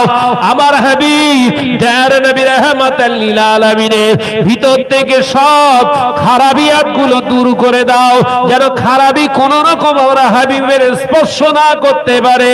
আল্লাহর হুকুমে প্রিয় জিবরিল আলাইহিস সালাম আল্লাহ নবীর সব কিছু ভিতর থেকে বার করলেন। আল্লাহ পাককে হুকুম, আল্লাহ পাককে জিজ্ঞাসা জিজ্ঞাসা করলেন, হে রাব্বি আল্লাহ, এটা কি বেহেশতের হাউজে কাউসারের পানি দিয়ে ধৌত করব, বেহেশতের কোন নাহারের পানি দিয়ে কি ধৌত করব? আল্লাহ পাক বললেন, না না, হে জিবরিল আমিন, না, হাবিবের ওই রক্ত, ওই খুন মুবারক গুলো অন্য কোন পানিতে ধুইও না। উৎকৃষ্ট উচ্চ মানের পানি দুনিয়ার জমিনে আমি আল্লাহ রেখে দিয়েছি, ওটা অন্য কোন পানি নয়, আবে জমজমের পানি দিয়ে আমার হাবিবের সমস্ত সিনাটাকে ধৌত করে ফেলে দাও। একবার জোরে হবে না? আবে জমজমের পানি দিয়ে ধৌত করেছিলেন। অবাক হয়ে যাবেন, আল্লাহর কসম খেয়ে বলছি, রাসূল পাক সাল্লাল্লাহু আলাইহি ওয়াসাল্লামের যেইখানটায় এগুলো ধোয়া হয়েছিল সেই এলাকার পাথরটা এখনো পর্যন্ত কালো হয়ে আছে। আমি গিয়েছিলাম, আল্লাহ নিয়ে গিয়েছিলেন, সমস্ত হাজি যত আমার সঙ্গে ছিলেন, ওখানে গিয়ে তাদের অনুভূতির কথা বলছি। বললেন, ভাইজান, আপনি যখন ওই পাথরের উপরে বসে দুহাত তুলে দোয়া করছিলেন, আমরা থাকতে পারিনি, ওখানে গিয়ে অটোমেটিক আমরা কেঁদে ফেলেছি। সেই জায়গাটা এখনো আছে, ওই এলাকার পাথরগুলো এখনো কালো। ওই আশেপাশে সব পাহাড়ের পাথর কিন্তু আলাদা রঙের, আর ওইখানটা শুধু ওইটুকু পাথরগুলো শুধু কালো। ওখানে গিয়ে বসবেন, দুনিয়ার সব চিন্তা দূর হয়ে যাবে। যদি আশেক হয়, রাসূলের পাগল হয়, চোখ দিয়ে টস টস করে পানি বেরোবে। আমার রাসূলের শৈশবকাল, শিশুকালটা ওইখানটাই কেটেছে। একটা দুটো বছর নয়, 4 বছর প্লাস। নবী পাক সাল্লাল্লাহু আলাইহি ওয়াসাল্লামের এই ওপেন সাজ্জারিকে আরবিতে আমরা যেটাকে বলি সিনা চাক, প্রথম ওপেন সার্জারি হয়েছিলেন রাসূলকে। হযরত হালিমা সাদিয়া রাদিয়াল্লাহু তাআলা জামা সরিয়ে দেখছে রাসূলুল্লাহর কোনো জায়গায় কোনো খুঁত, কোনো চিহ্ন নেই। একবার জোরে বলুন না সুবহানাল্লাহ। হুজুরকে বুকে জড়িয়ে ধরে হাওয়া হাওয়া করে কাঁদছে, বাবা মুহাম্মদ সাল্লাল্লাহু আলাইহি ওয়াসাল্লাম, তোমার যদি কিছু হয়ে যেত, আমি হালিমা বুক ফেটে মরে যেতাম। ওহ, আমার রাসূলের প্রতি কত মহব্বত তিনি দেখিয়েছিলেন। তখনও ঈমান আনেনি, কি মহব্বত তার ভিতরে ছিলেন। আর নামাজি ব্যক্তির কীর্তিকলাপ দেখলে, কথাবার্তা শুনলে শয়তান মনে হয় না? এরা বলে আমরা রাসূলকে মহব্বত করি, ভালোবাসি। তাই বলবো, চিন্তা ভাবনা করে চলুন, খুব চিন্তা ভাবনা করে চলতে হবে। হযরত হালিমা সাদিয়া রাদিয়াল্লাহু তাআলা বুকে জড়িয়ে ধরে হাউ হাউ করে কাঁদতে কাঁদতে পাহাড় থেকে অনেকটা নামতে হবে ডিপলি, সেখান থেকে উঠে এসছে উপত্যকায়, নিজের বাড়িতে আনলেন। বাবা মুহাম্মদ সাল্লাল্লাহু আলাইহি ওয়াসাল্লাম, বলো কি হয়েছে, কি হয়েছে? আল্লাহ রাসূল গাম্ভীর্যের সঙ্গে আছে। হযরত হালিমা সাদিয়া ভয় খেয়ে গিয়েছে, এ ছেলেকে আর রাখা যাবে না, ক্ষতি হয়ে যাবে, কৈফিয়ত দিতে পারবো না। ভয় খেয়ে গেছে। এ নওজওয়ানেরা, মুরব্বিয়ানেরা, ছেলেরা, বাচ্চারা, পর্দানশীনা বাবা বোনেরা, আল্লাহ নবীর দিকে তাকিয়ে বললেন, বাবা মুহাম্মদ সাল্লাল্লাহু আলাইহি ওয়াসাল্লাম, এতদিন কাটিয়ে দিলে বাবা, কোনদিন তেমন করো না, তুমি কি আমাকে পছন্দ করো না? এখানে থাকতে যদি পছন্দ না হয়, চলো বাবা তোমার আম্মার কাছে নিয়ে চলে যায়। আল্লাহ নবী সময় মুচকে হেসে বলেছিলেন, মা হালিমা, মা হালিমা, তোমার মুহাম্মদ ঠিকই আছে। একবার জোরে হবে না? আল্লাহ রাসূল বললেন, তুমি চিন্তা করো না, তোমার মুহাম্মদ সাল্লাল্লাহু আলাইহি ওয়াসাল্লাম ঠিক আছে, সেভ আছে। ওই প্রথম কথা বললেন। এই পাক সাল্লাল্লাহু আলাইহি ওয়াসাল্লামকে নিয়ে সব সময় গাইডের ভিতরে থাকতে লাগলেন। রাসূল পাক সাল্লাল্লাহু আলাইহি ওয়াসাল্লামের কোনো ক্ষতি হতে দেননি। একজন ইসলাম না নেনেওয়ালা, কালেমা না পড়নে ওয়ালি একজন নারী, আর আমাদের সামনে নবী ক্ষতিগ্রস্ত হচ্ছে, রাসূলের সুন্নাত গুলো নষ্ট হচ্ছে, আমরা একবারও বাঁচানোর চেষ্টা করছি না। বলেন, নবীকে জিন্দা রেখেছি আমরা? আমাদের কাছ থেকে তো কবে রাসূলকে মেরে ফেলেছি, আমরা নবীকে মেরে ফেলেছি, কারণ রাসূলের কোন সুন্নাত আমাদের কাছে পাওয়া যায় না। আল্লাহ রাসূলের সুন্নাত দাড়ি রাখা, আল্লাহ রাসূলের সুন্নাত টুপি দেওয়া, আল্লাহ রাসূলের সুন্নাত জুব্বা পরা, আল্লাহ রাসূলের সুন্নাত বসে বসে পানি পান করা, খাওয়ারের পরে চেটে খাওয়া, বিসমিল্লাহ বলে খাওয়া, সব সুন্নাত আদায় হচ্ছে। রাসূলের আসল সুন্নাত যে চারটে জিনিস, সেগুলো কোথায়? বলে সে আবার কি সুন্নাত রে? আল্লাহ রাসূল নিজের জীবনে চারটে জিনিস প্রতিষ্ঠিত করেছিলেন, আল্লাহ কোরআনে ওটা লিপিবদ্ধ করেছেন। বলবো বলবো বলবো ইল্লাল্লাযীনা আমানু ওয়া আমিলুস সালিহাত। ঈমান আপনি এনেছেন, ঈমান আনার পরে আপনার প্রথম জীবনের সবথেকে বড় সুন্নাত আপনাকে পালন করতে হবে, আপনাকে সৎ ব্যক্তি হতে হবে। একবার জোরে বলুন না সুবহানাল্লাহ। সৎ। ইল্লাল্লাযীনা আমানু ওয়া আমিলুস সালিহাতি ওয়া তাওয়াসাউ বিল হক। আমি আল্লাহ পাক জানিয়ে দিলাম, শুনে রেখে দাও, জেনে রেখে দাও, শুধু সৎ হলে হবে না, ন্যায় নিষ্ঠাবান, সত্যের উপরে অবিচল থাকতে হবে। একবার জোরে বলুন না। আছে এসব আছে? এক কাপ চায়ে মিথ্যা সাক্ষী দিচ্ছে, কথা বলছেন না কেন? ওয়াতাওয়াসাউ বিল হক ওয়াতাওয়াসাউ বিস সবর। আল্লাহ পাক রব্বুল আলামিন জানিয়ে দিলেন, ও দুনিয়ার মানুষেরা, আমি আল্লাহ বলছি ওয়াল আসর, আমি আল্লাহ পাক রব্বুল আলামিন জানিয়ে দিচ্ছি, ওয়াল আসরি, আমি আল্লাহ পাক সময়ের কসম খেয়ে বলছি, ইন্নাল ইনসানা লাফি খুসর, অবশ্যই আমি আল্লাহ জানিয়ে দিচ্ছি সময়ের কসম খেয়ে, ওই মানুষগুলোই ক্ষতিগ্রস্ত হবে, ওই মানুষগুলোই বিপদগ্রস্ত হবে, ওই মানুষগুলো ধ্বংস হয়ে যাবে। কিন্তু আমি আল্লাহ আবার বলছি, ইল্লাল্লাযীনা আমানু ওয়া আমিলুস সালিহাতি ওয়া তাওয়াসাউ বিল হক ওয়া তাওয়াসাউ বিস সবর।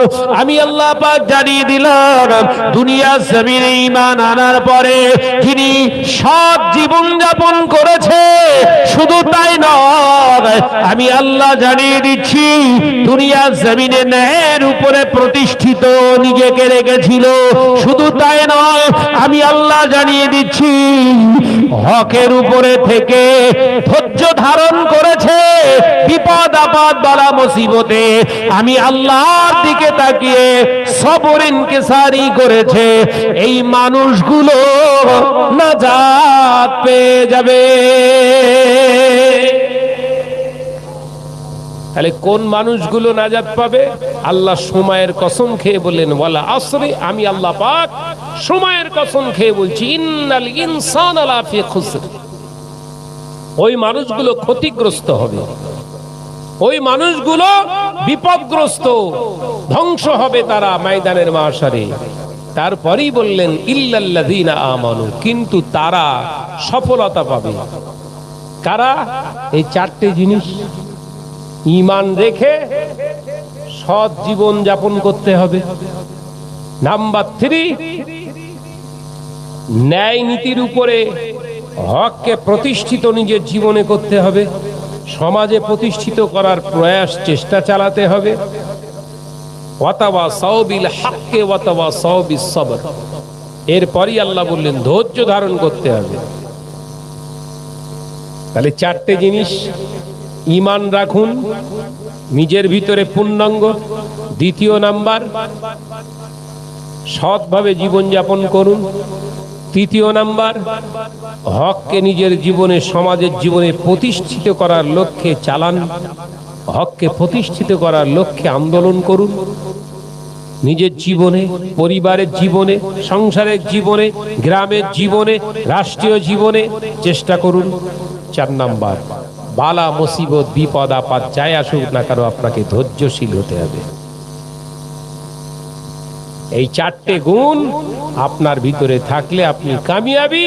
এই 4টে থেকে স্লিপ খেয়ে আপনার ঠিকানা হবে জাহান্নাম। আমি বুঝাতে পেরেছি আপনাদের? রাসূলের সুন্নাত হলো এই 4টে জিনিস প্রতিষ্ঠিত করা। আল্লাহর নবী শুধু যদি বলতেন, আল্লাহ যদি বলতেন বড় জুব্বা, মাথায় টুপি, মুখে দাড়ি, হাতে তাসবিহ, নামাজ, রোজা, হজ, যাকাত এগুলো করলেই তোরা নাজাত পেয়ে যাবি, তাহলে আল্লাহ কোরআনের আয়াতে এই 4টে জিনিস আবার বলতেন না।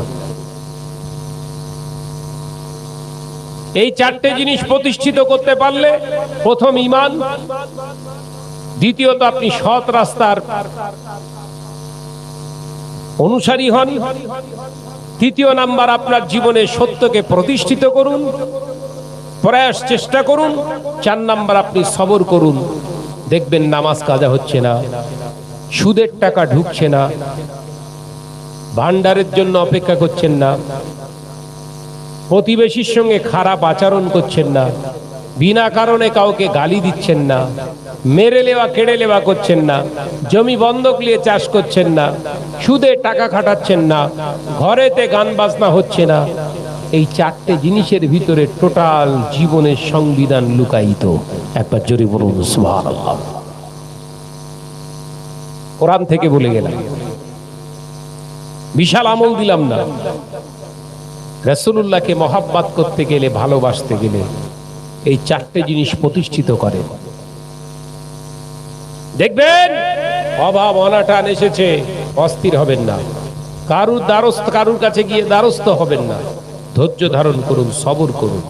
হযরতে ফাতিমা রাদিয়াল্লাহু তাআলা আনহা বাড়িতে যখন অভাব অনটন খারাপই অবস্থায় চলে আসতেন, হযরতে ফাতিমা সঙ্গে সঙ্গে ওযু বানিয়ে নিয়ে নামাজের মুসাল্লায় দাঁড়িয়ে 2 রাকাত নামাজ পড়ে আল্লাহকে জানাতেন। একবার জোরে বললেন না তো সুবহানাল্লাহ। ফাতেমার বাড়িতে কেউ অচেনা লোক এসে ডাকতেন, খাতুনে জান্নাত বাড়ি আছেন? দরওয়াজার পাশে কিছু রেখে গেলাম, নিয়ে নেবেন। রবের পক্ষ থেকে পাঠানো হয়েছে। হযরতে ফাতিমা রাদিয়াল্লাহু তাআলা আনহা নামাজ শেষ করে আল্লাহ শুকর আদায় করে দরওয়াজা খুলে দেখতেন কিছুতে একটা মোড়া। ওটা আল্লাহ শুকর আদায় করে ঘরেতে নিয়ে খুলতেন না, ওটা রেখে দিতেন, আব্বা জানকে খবর দিতেন। সাইয়েদনা হযরত ইমামে হাসান ইমাম হোসেন রাদিয়াল্লাহু তাআলা আনহুমা গিয়ে নানা ভাইকে ডেকে নিয়ে আসতেন, রাসূলুল্লাহকে ডেকে নিয়ে আসতেন। আল্লাহ রাসূলকে বলতেন, আব্বা জান কে যেন এটা দিয়ে গেছে। আল্লাহ রাসূল বলতেন, ফাতেমা তুমি কি কিছু চেয়েছিলে? বলে আল্লাহ ইয়া রাসূলুল্লাহ, আব্বা জান দুনিয়ার কোনো মানুষের কাছে আমি চাইনি, আমার রবের কাছে আমি চেয়েছিলাম। আল্লাহ রাসূল মুচকে হেসে বললেন, রবের পক্ষ থেকেই এটা পাঠানো হয়েছে। একবার জোরে বলুন। দুনিয়ার মানুষের কাছে যাবেন, চাইবেন, 1 বার দেবে, 2 বার দেবে, 3 বার দেবে, 4 বারের বার গেলে এবার পেদান দেবে। এই কথা বলছেন না কেন? তাহলে কার কাছে চাইবেন? জোরে বলেন। আল্লাহর সঙ্গে তাল্লুকাত, সম্পর্কটা ভালো রাখুন। দেখবেন কেউ আপনাকে হুমকি দিচ্ছে, ভয় দিচ্ছে, কিচ্ছু আপনার মনে হবে না। গোটা বাংলাতে আল্লাহ ঘোরাচ্ছে তো আপনাদের ভাই, গোটা বাংলায় নয়, পশ্চিমবঙ্গের বাইরে তো আমাকে যেতে হয় জলসা করতে। ওই একবারও তো ভয় হয় না মনে? আমার তো ঘোরা রাত্রি তো কাজ। কথা বলছেন না কেন? কই এসে সরকারের সে এসে তো কি হয়েছে? আমি অন্যায় করিনি, চুরি করিনি, ডাকাতি করিনি, রাহাজানি করিনি, জেনা ব্যভিচার করে বেড়াইনি, টেনশন নেই তো। রাস্তাতে যেতে যেতে কেউ যদি আমার উপরে অ্যাটাক করে আমি মারা যাই, ও মৃত্যুটা তো আমার জন্য খুশ আমদের।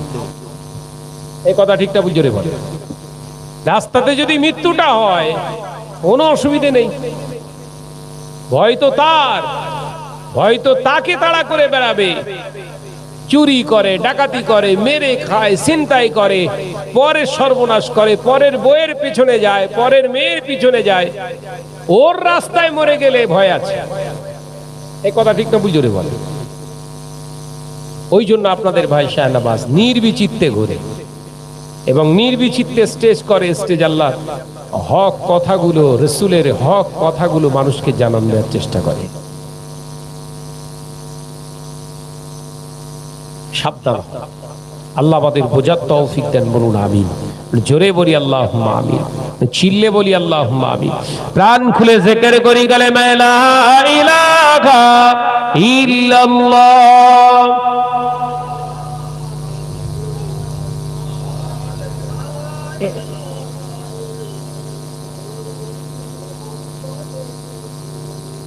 জোরে জোরে লা ইলাহা ইল্লাল্লাহ।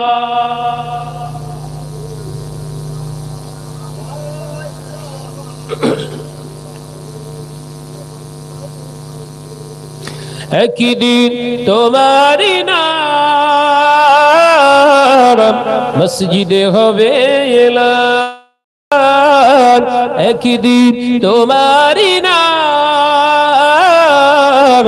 মসজিদে হবে এলান। আল্লাহুম্মা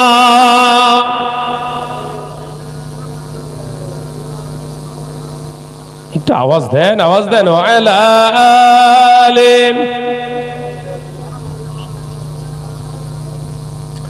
বন্ধু স্বজন আত্মীয় পরিজন পরিয়ে তোমার নতুন কাফন, বন্ধু স্বজন আত্মীয় পরিজন পরিয়ে তোমার নতুন কাফন নিয়ে যাবে ওই কবরে, থাকবে না কেউ আপন। একদিন তোমার নাম মসজিদে হবে এলান। আল্লাহুম্মা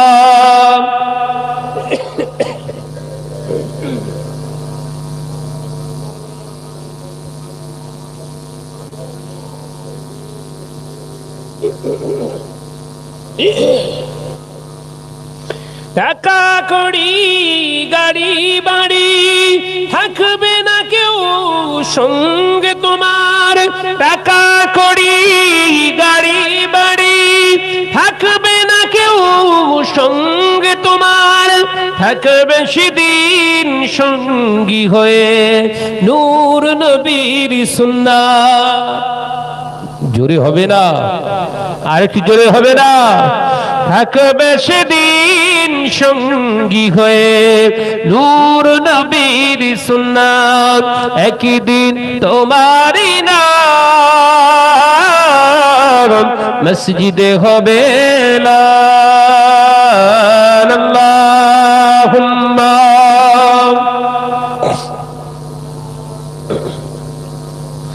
আওয়াজ দিয়ে পড়ি ওয়ালা আলিম। আমার নজরে যুবকেরা, ছেলেরা, বাচ্চারা আলোচনা করতে করতে অনেক দূর চলে এলাম। শুধু আমি আপনাদের ভাই মোহাম্মদ শাহনওয়াজ মোহাব্বত করে ভালোবেসে আমার ভাই আনবারুল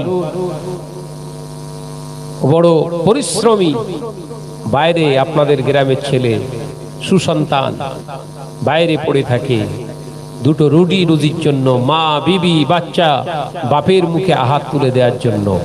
কিন্তু আল্লাহ শুকর, ছেলেটা দ্বীনের রাস্তায়, শরিয়তের রাস্তায় নিজেদেরকে চালনা করার চেষ্টা করছে।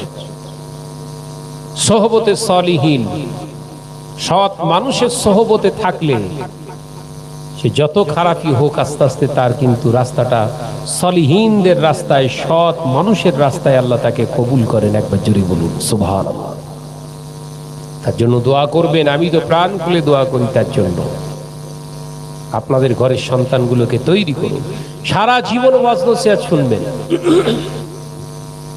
ওয়াজ নসিহত শুনে জীবনটাকে পরিবর্তন করব, এই টার্গেট আপনাকে রাখতে হবে। তবেই ওয়াজ নসিহত শুনে আপনার জীবনে কামিয়াবি আসবে। বহু জেনারেল এডুকেটেড শিক্ষিত ছেলে ওয়াজ নসিহত শুনে তাদের ঠাট ভাব কথাবার্তা চাল চলন এমন হয়ে গেছে, হট করে দেখলে মনে হবে যে মাওলানা।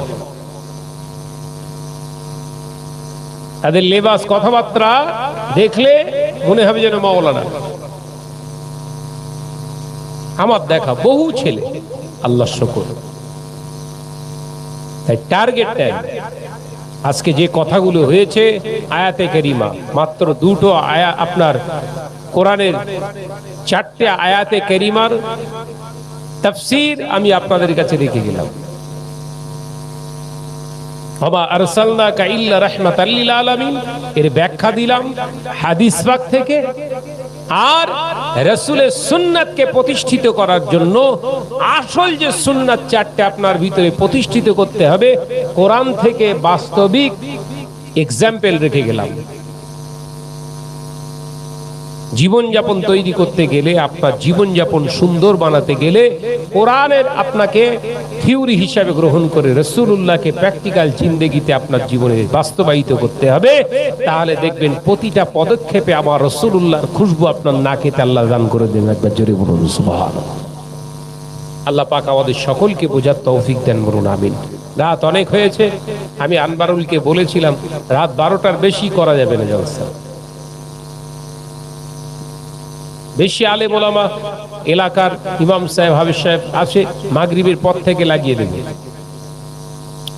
রাত 12টা বাজবে। আমার পীর মাশায়েখ বাংলা আসামের হাদি মুফতি আজম আব্বাজান মির্জা হুজুর পীর কেবলা রাহমাতুল্লাহ আলাইহি বলতেন, রাত 10টার পরে আর জলসা মাহফিল করো না। মানুষ পরিশ্রম করে, খাটাখাটনি করে। রাত 10টার পরে পরিশ্রম এমনই হয়ে যায়, তখন চায় একটু বিছানা, আরাম। রাত 10টা থেকে টেনে খুব জোর হয় 12টা পর্যন্ত মাহফিল করো, ছেড়ে দাও, কারণ ফজরের নামাজ আছে। ঠিক না? ভুল জোরে বলে। কত বড় বিচক্ষণ মানুষ, আল্লাহ তার কথাটাকে কত কবুল করেছে দেখেন। আজকে সরকার, সে যে সরকারই আসুক, রুলস তৈরি করে দিয়েছে 65 ডেসিবেলের উপরে রাত 10টার পরে আর মাইক বাজানো চলবে না। রাত 10টার পরে 65 ডেসিবেল আর চলবে না। কত? তখন 45 ডেসিবেলের ভিতরে রাখতে হবে আওয়াজ। জানেন, তৈরি হয়েছে। এবার কিছু আছে মানুষ অপপ্রচার করছে, আমি সাপোর্ট করি। এতে হবে কি, এই আলেম ওলামা গুলোও আরাম পাবে, সাধারণ মানুষগুলো আরাম পাবে। দিনের বেলাতে জলসা দেন, দিনের বেলা প্রোগ্রাম করুন, রাতে যদি করতে হয় রাত 10টার ভিতরে শেষ করতে হবে। আল্লাহ আমাদের সকলকে বোঝার তৌফিক দেন, বলুন আমিন। ভালো থাকুন, সুস্থ থাকুন। আসুন সকলে মিলে একটু দাঁড়াই, বিশ্ব নবীর একটু সালাতু সালাম হাবিবের উপর একটু জানাই। ইয়া নবী সালাম।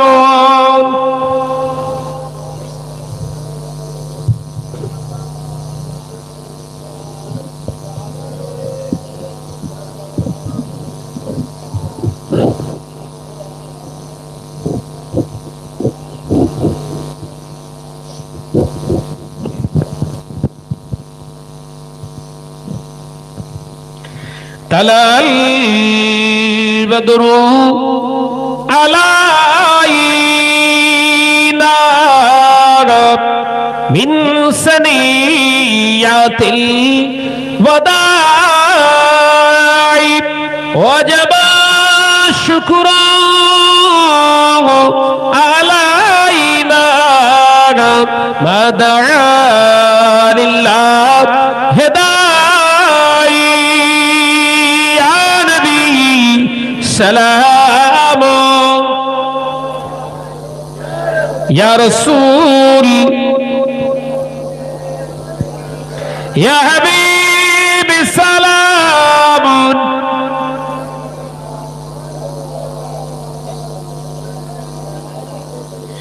তুমি যে নূরের নবী, নিখিলের জ্ঞানের ছবি, তুমি না এলে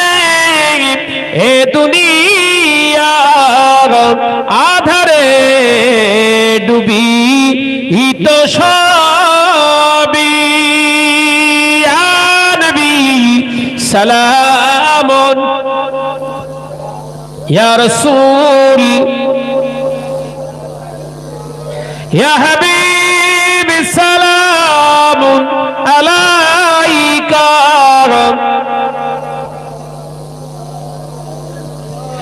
রবিউল আউয়ালের পবিত্র চাঁদে দাঁড়িয়ে আপনার পাক মজলিসে সালাম দিলাম ওগো নবী আপনাকে কবুল করুন সালাম মোদের সবার সালাম ইয়া রাসূল সালামুন আলাইকা ইয়া হাবিব সালামুন আলাইকা সালাওয়াতুল্লাহ ওয়া আলাইকা ইয়া রাব্বি সাল্লি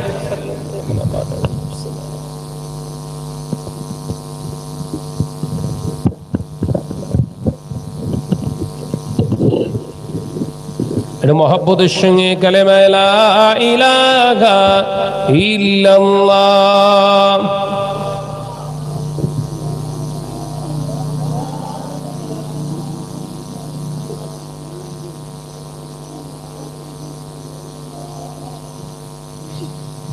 মোহাব্বতের সঙ্গে কালেমা লা ইলাহা ইল্লাল্লাহ লা ইলাহা ইল্লাল্লাহ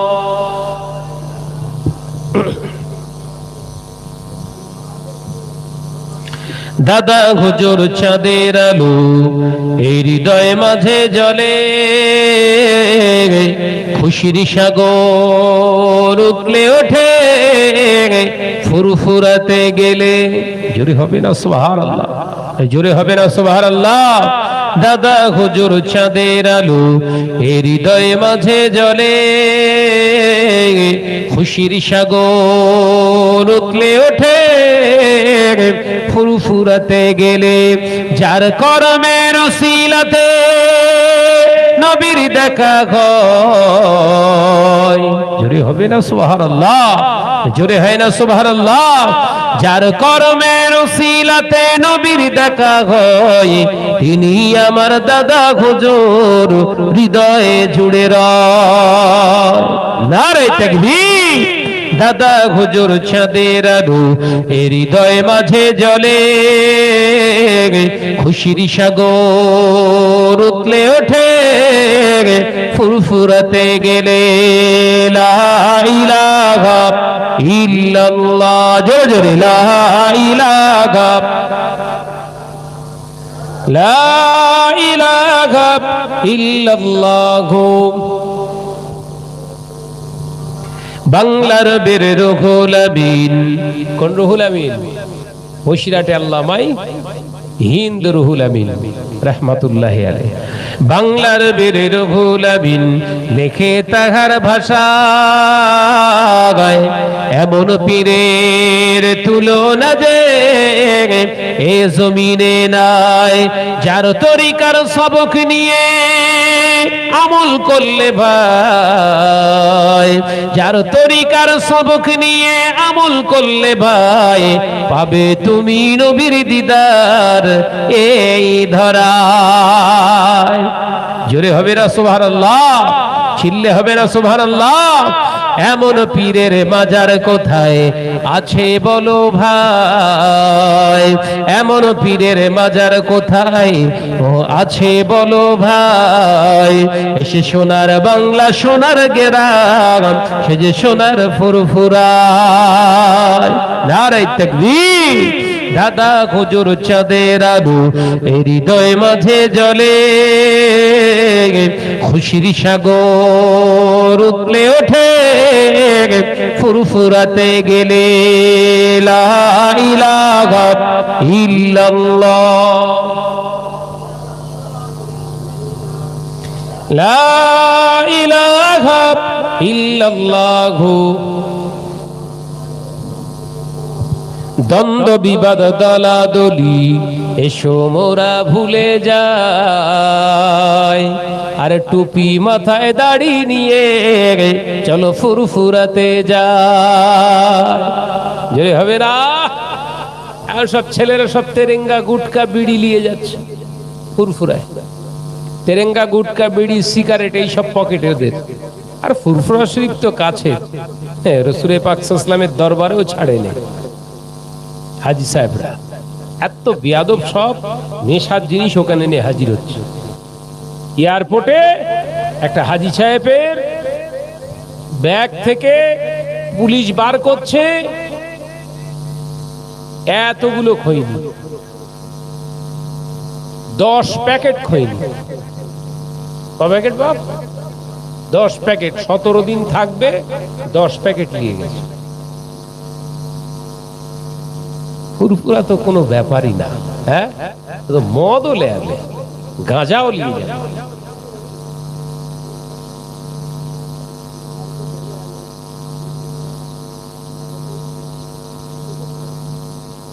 না না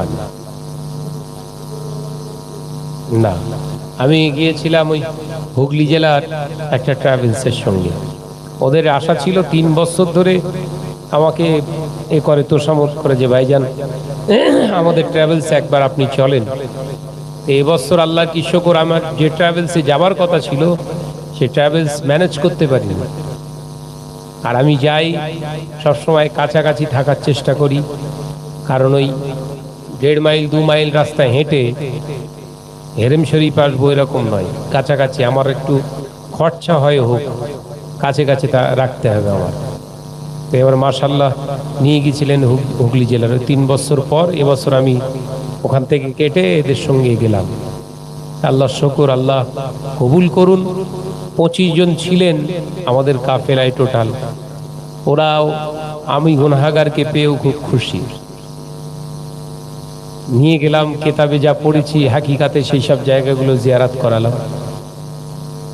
মাশাআল্লাহ, আল্লাহ আমাদের সকলকে যাবার তৌফিক দেন, বলুন আমিন। দ্বন্দ্ব বিবাদ দলাদলি আসি মোরা ভুলে যাই, দ্বন্দ্ব বিবাদ দলাদলি এসো মোরা ভুলে যাই, আর টুপি মাথায় দাড়ি নিয়ে চলো ফুরফুরাতে যায়। এমন পীরের দরবারেতে জীবন করব ধন্য, কায়ামতের কঠিন দিনে নবীর খাঁটি উম্মত হব গণ্য। নারায়ে তাকবীর। দাদা হুজুর চাঁদের আলো এ হৃদয় মাঝে জ্বলে, খুশির সাগর উতলে ওঠে ফুরফুরাতে গেলে। আল্লাহুম্মা সাল্লি আলা। তেলাওয়াত কিছু আছে? কোরআন তেলাওয়াত আছে? হ্যাঁ, কোরআন তেলাওয়াত। আসুন দোয়া হবে। আমি গুনাহগার মোহাম্মদ শাহনওয়াজ নিজের গুনার দিকে লক্ষ্য করে তওবা করব। পারলে আপনারাও আমার সঙ্গে ইস্তিগফার করুন। পর্দানশীনা মা বোনেরা খুব সাবধান, ভান্ডারের পিছনে দৌড়ে লাভ নেই। আল্লাহ রসুলের পিছনে দৌড়াও। জীবনের দিকে, জীবনের সমস্ত ভুল ত্রুটি গুনার দিকে লক্ষ্য করে আমি গুনাহগারের সঙ্গে আপনারাও তওবা করেন। বাবাজিরা আপনারাও সকলে পড়েন আউযু বিল্লাহি মিনাশ শাইতানির রাজীম, বিসমিল্লাহির রহমানির রহিম। আল্লাহ তাআলা, আমি আমার জীবনের সমস্ত গুনাহে সগীরা, গুনাহে কবীরা, জাহিরি বাতিনি, শিরকি কুফরি, ইচ্ছা অনিচ্ছায় যত গুনাহ করেছি তাম গুনাহ হইতে খালিস নিয়তে তওবা করছি, তওবা করছি, তওবা। আস্তাগফিরুল্লাহ রাব্বি মিন কুল্লি জামবে ওয়া আতুবু ইলাইহি। আশহাদু আল্লা ইলাহা ইল্লাল্লাহু ওয়া আশহাদু আন্না মুহাম্মাদান আবদুহু ওয়া রাসূলুহু। লা ইলাহা ইল্লাল্লাহু মুহাম্মাদুর রাসূলুল্লাহ সাল্লাল্লাহু আলাইহি ওয়াসাল্লাম। দোয়া ফাতে আল্লাহুম্মা আমিন। ربنا ظلمنا أنفسنا وإن لم تغفر لنا وترحمنا لنكونن من الخاسرين ربنا آتنا في الدنيا حسنة وفي الآخرة حسنة وقنا عذاب النار وادخلنا الجنة مع الأبرار يا عزيز يا غفار يا كريم يا ستر يا رب العالمين কালমা শরীফ, দরুদ শরীফ, জিকির আজকার সন্ধ্যার পর থেকে আলেম ওলামা হাফেজে কোরআন, কোরআন হাদিস ইজমা কিয়াস থেকে সারা শরীয়তের আলোচনা হয়েছে, তেলাওয়াত হয়েছে।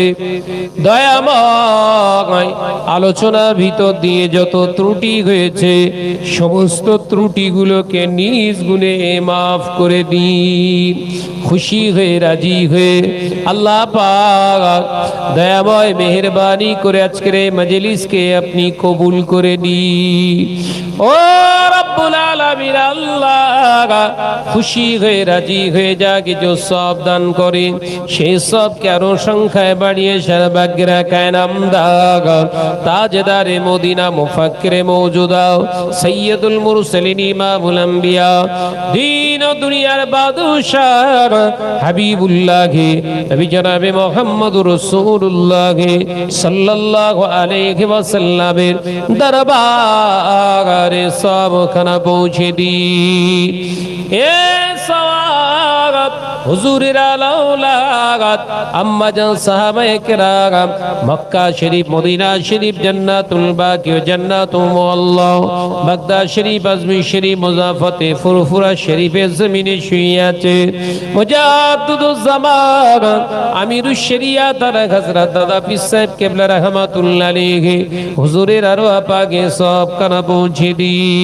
মুজাদ্দিদুজ জামানের যত খলিফাগণ, খাস করে আল্লামা হিন আল্লামা রুহুল আমিন রাহমাতুল্লাহ আলাইহি, আল্লাহ বাঁকুড়ার জমিনেতে আল্লাহ আপনার মাহবুব বান্দা শুয়ে রয়েছে, হুজুরদের আরওয়াহ পাকে সব কানা পৌঁছে দি। খাস করে মুজাদ্দিদুজ জামানে 5 কলেজার লাগাল বড় হুজুর, সেজ হুজুর, ন হুজুর, ছোট হুজুর, বাংলা শামের হাদি মুফতি আজম আব্বাজান মেজলা হুজুর পীর কেবলা রাহমাতুল্লাহি আলাইহি হুজুরদের আরওয়াহ পাকে সব কানা পৌঁছে দিন। পীর আল্লামা সাইফুদ্দিন সিদ্দিক রাহমাতুল্লাহ আলাইহি, পীর আল্লামা বাকি বিল্লাহ সিদ্দিক রাহমাতুল্লাহ আলাইহি, পীর আল্লামা হুজ্জাতুল্লাহ সিদ্দিক রাহমাতুল্লাহ আলাইহি, পীর আল্লামা নুরুদ্দিন সিদ্দিক রাহমাতুল্লাহ আলাইহি, পীর আল্লামা হযরতে শাহ সুফি কালিমুল্লাহ সিদ্দিক রাহমাতুল্লাহ আলাইহি, পীর আল্লামা শাহ সুফি আবু ইব্রাহিম মুহাম্মদ উবাইদুল্লাহ সিদ্দিক রাহমাতুল্লাহ আলাইহি হুজুরদের আরওয়াহ পাকে সব কানা পৌঁছে দি। খাস করে রব্বুল আলামিন আল্লাহ আমরা যারা হাত উঠিয়ে আমিন আমিন করি আল্লাহ, আল্লাহ পাক অনেকে আমরা আব্বাজানকে হারিয়ে ফেলেছি আল্লাহ, আপনি আমাদের উপরে দয়ার নজরে তাকিয়ে আমাদের আব্বা আম্মা যারা চলে গিয়েছে তাদেরকেও ক্ষমার নজরে দেখুন আল্লাহ, তাদের মাগফিরাত নসিব করে দেন আল্লাহ। যারা আব্বাজানকে হারিয়ে ফেলেছে আব্বাজানের কবরটা, যারা আম্মাজানকে হারিয়ে ফেলেছে আম্মাজানের কবরটাকে রহমতের নূরে গুলজার বানিয়ে দে। খাস করে রব্বুল আলামিন আল্লাহ এই নতুন গ্রামে আশেপাশে যত কবরস্থানে তোমার বান্দা বান্দি শুয়ে রয়েছে আযাব দেবেন না, আজকের এই মজলিসের ওসিলায় মাফ করে দি। ও রব্বুল আলামিন আল্লাহ খাস করে আমার আনবারুল ভাই বড় পরিশ্রম করে মেহনত করে আল্লাহ এই মাহফিল আপনার হাবিবের শানে দেয় আল্লাহ, আপনার হাবিবকে মহব্বত করে আল্লাহ, আল্লাহ তার আব্বা জান আম্মা জান আল্লাহ হায়াতে রয়েছে প্রত্যেকের হায়াত কিসমতকে আল্লাহ বাড়িয়ে দিন আল্লাহ পাক। দাদা জান, দাদি জান, নানা জান, নারী জান, ভাই বোন, আত্মীয় স্বজন কবরস্থ হয়েছে যারা আল্লাহ দুনিয়া ছেড়ে গিয়েছে আযাব দেবেন না, আজকের এই মজলিসের ওসিলায় কবরগুলোকে রহমতের আলোয় আলোকিত করে দি। ও রব্বুল আলামিন খাস করে দোয়া চাই আব্বা আম্মা যারা হায়াতে রয়েছে আমাদের আল্লাহ আমার আনবারুলের সঙ্গেও আমাদের সকলের আব্বা আম্মার হায়াতকে দারাজ করে দিন। আল্লাহ পাক দুনিয়ার জমিনে যারা অসুস্থ রয়েছে শেফা দান করে দিন।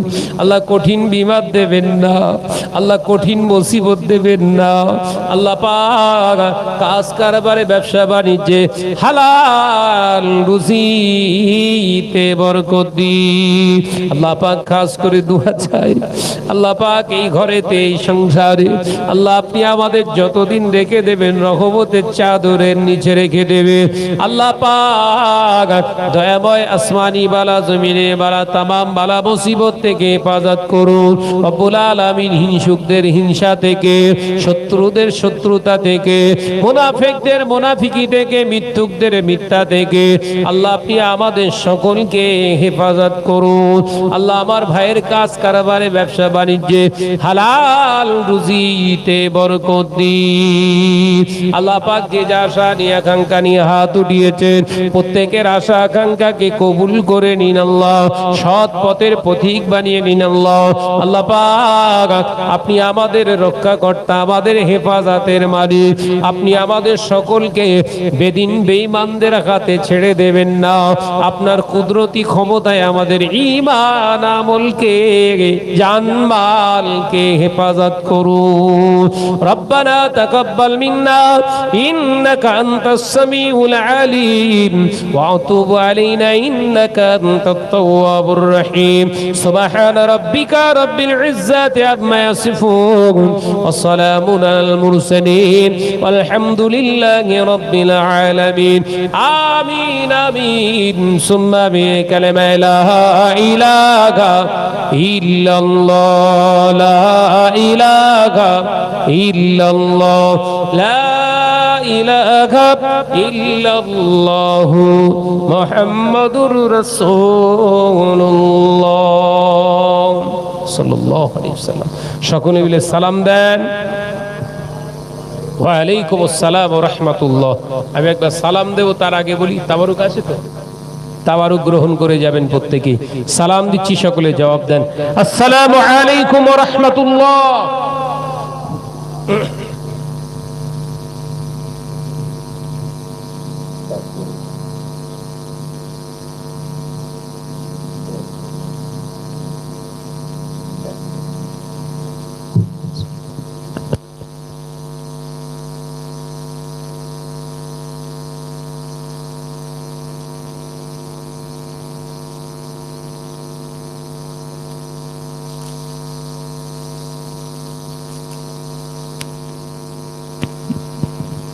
হ্যাঁ, আগামীকাল ইনশাআল্লাহ পাহাড়পুরে আপনাদের দাওয়াত রইল। প্রত্যেকেই আগামীকাল পাহাড়পুরে আসুন, ইনশাআল্লাহ আলোচনা হবে।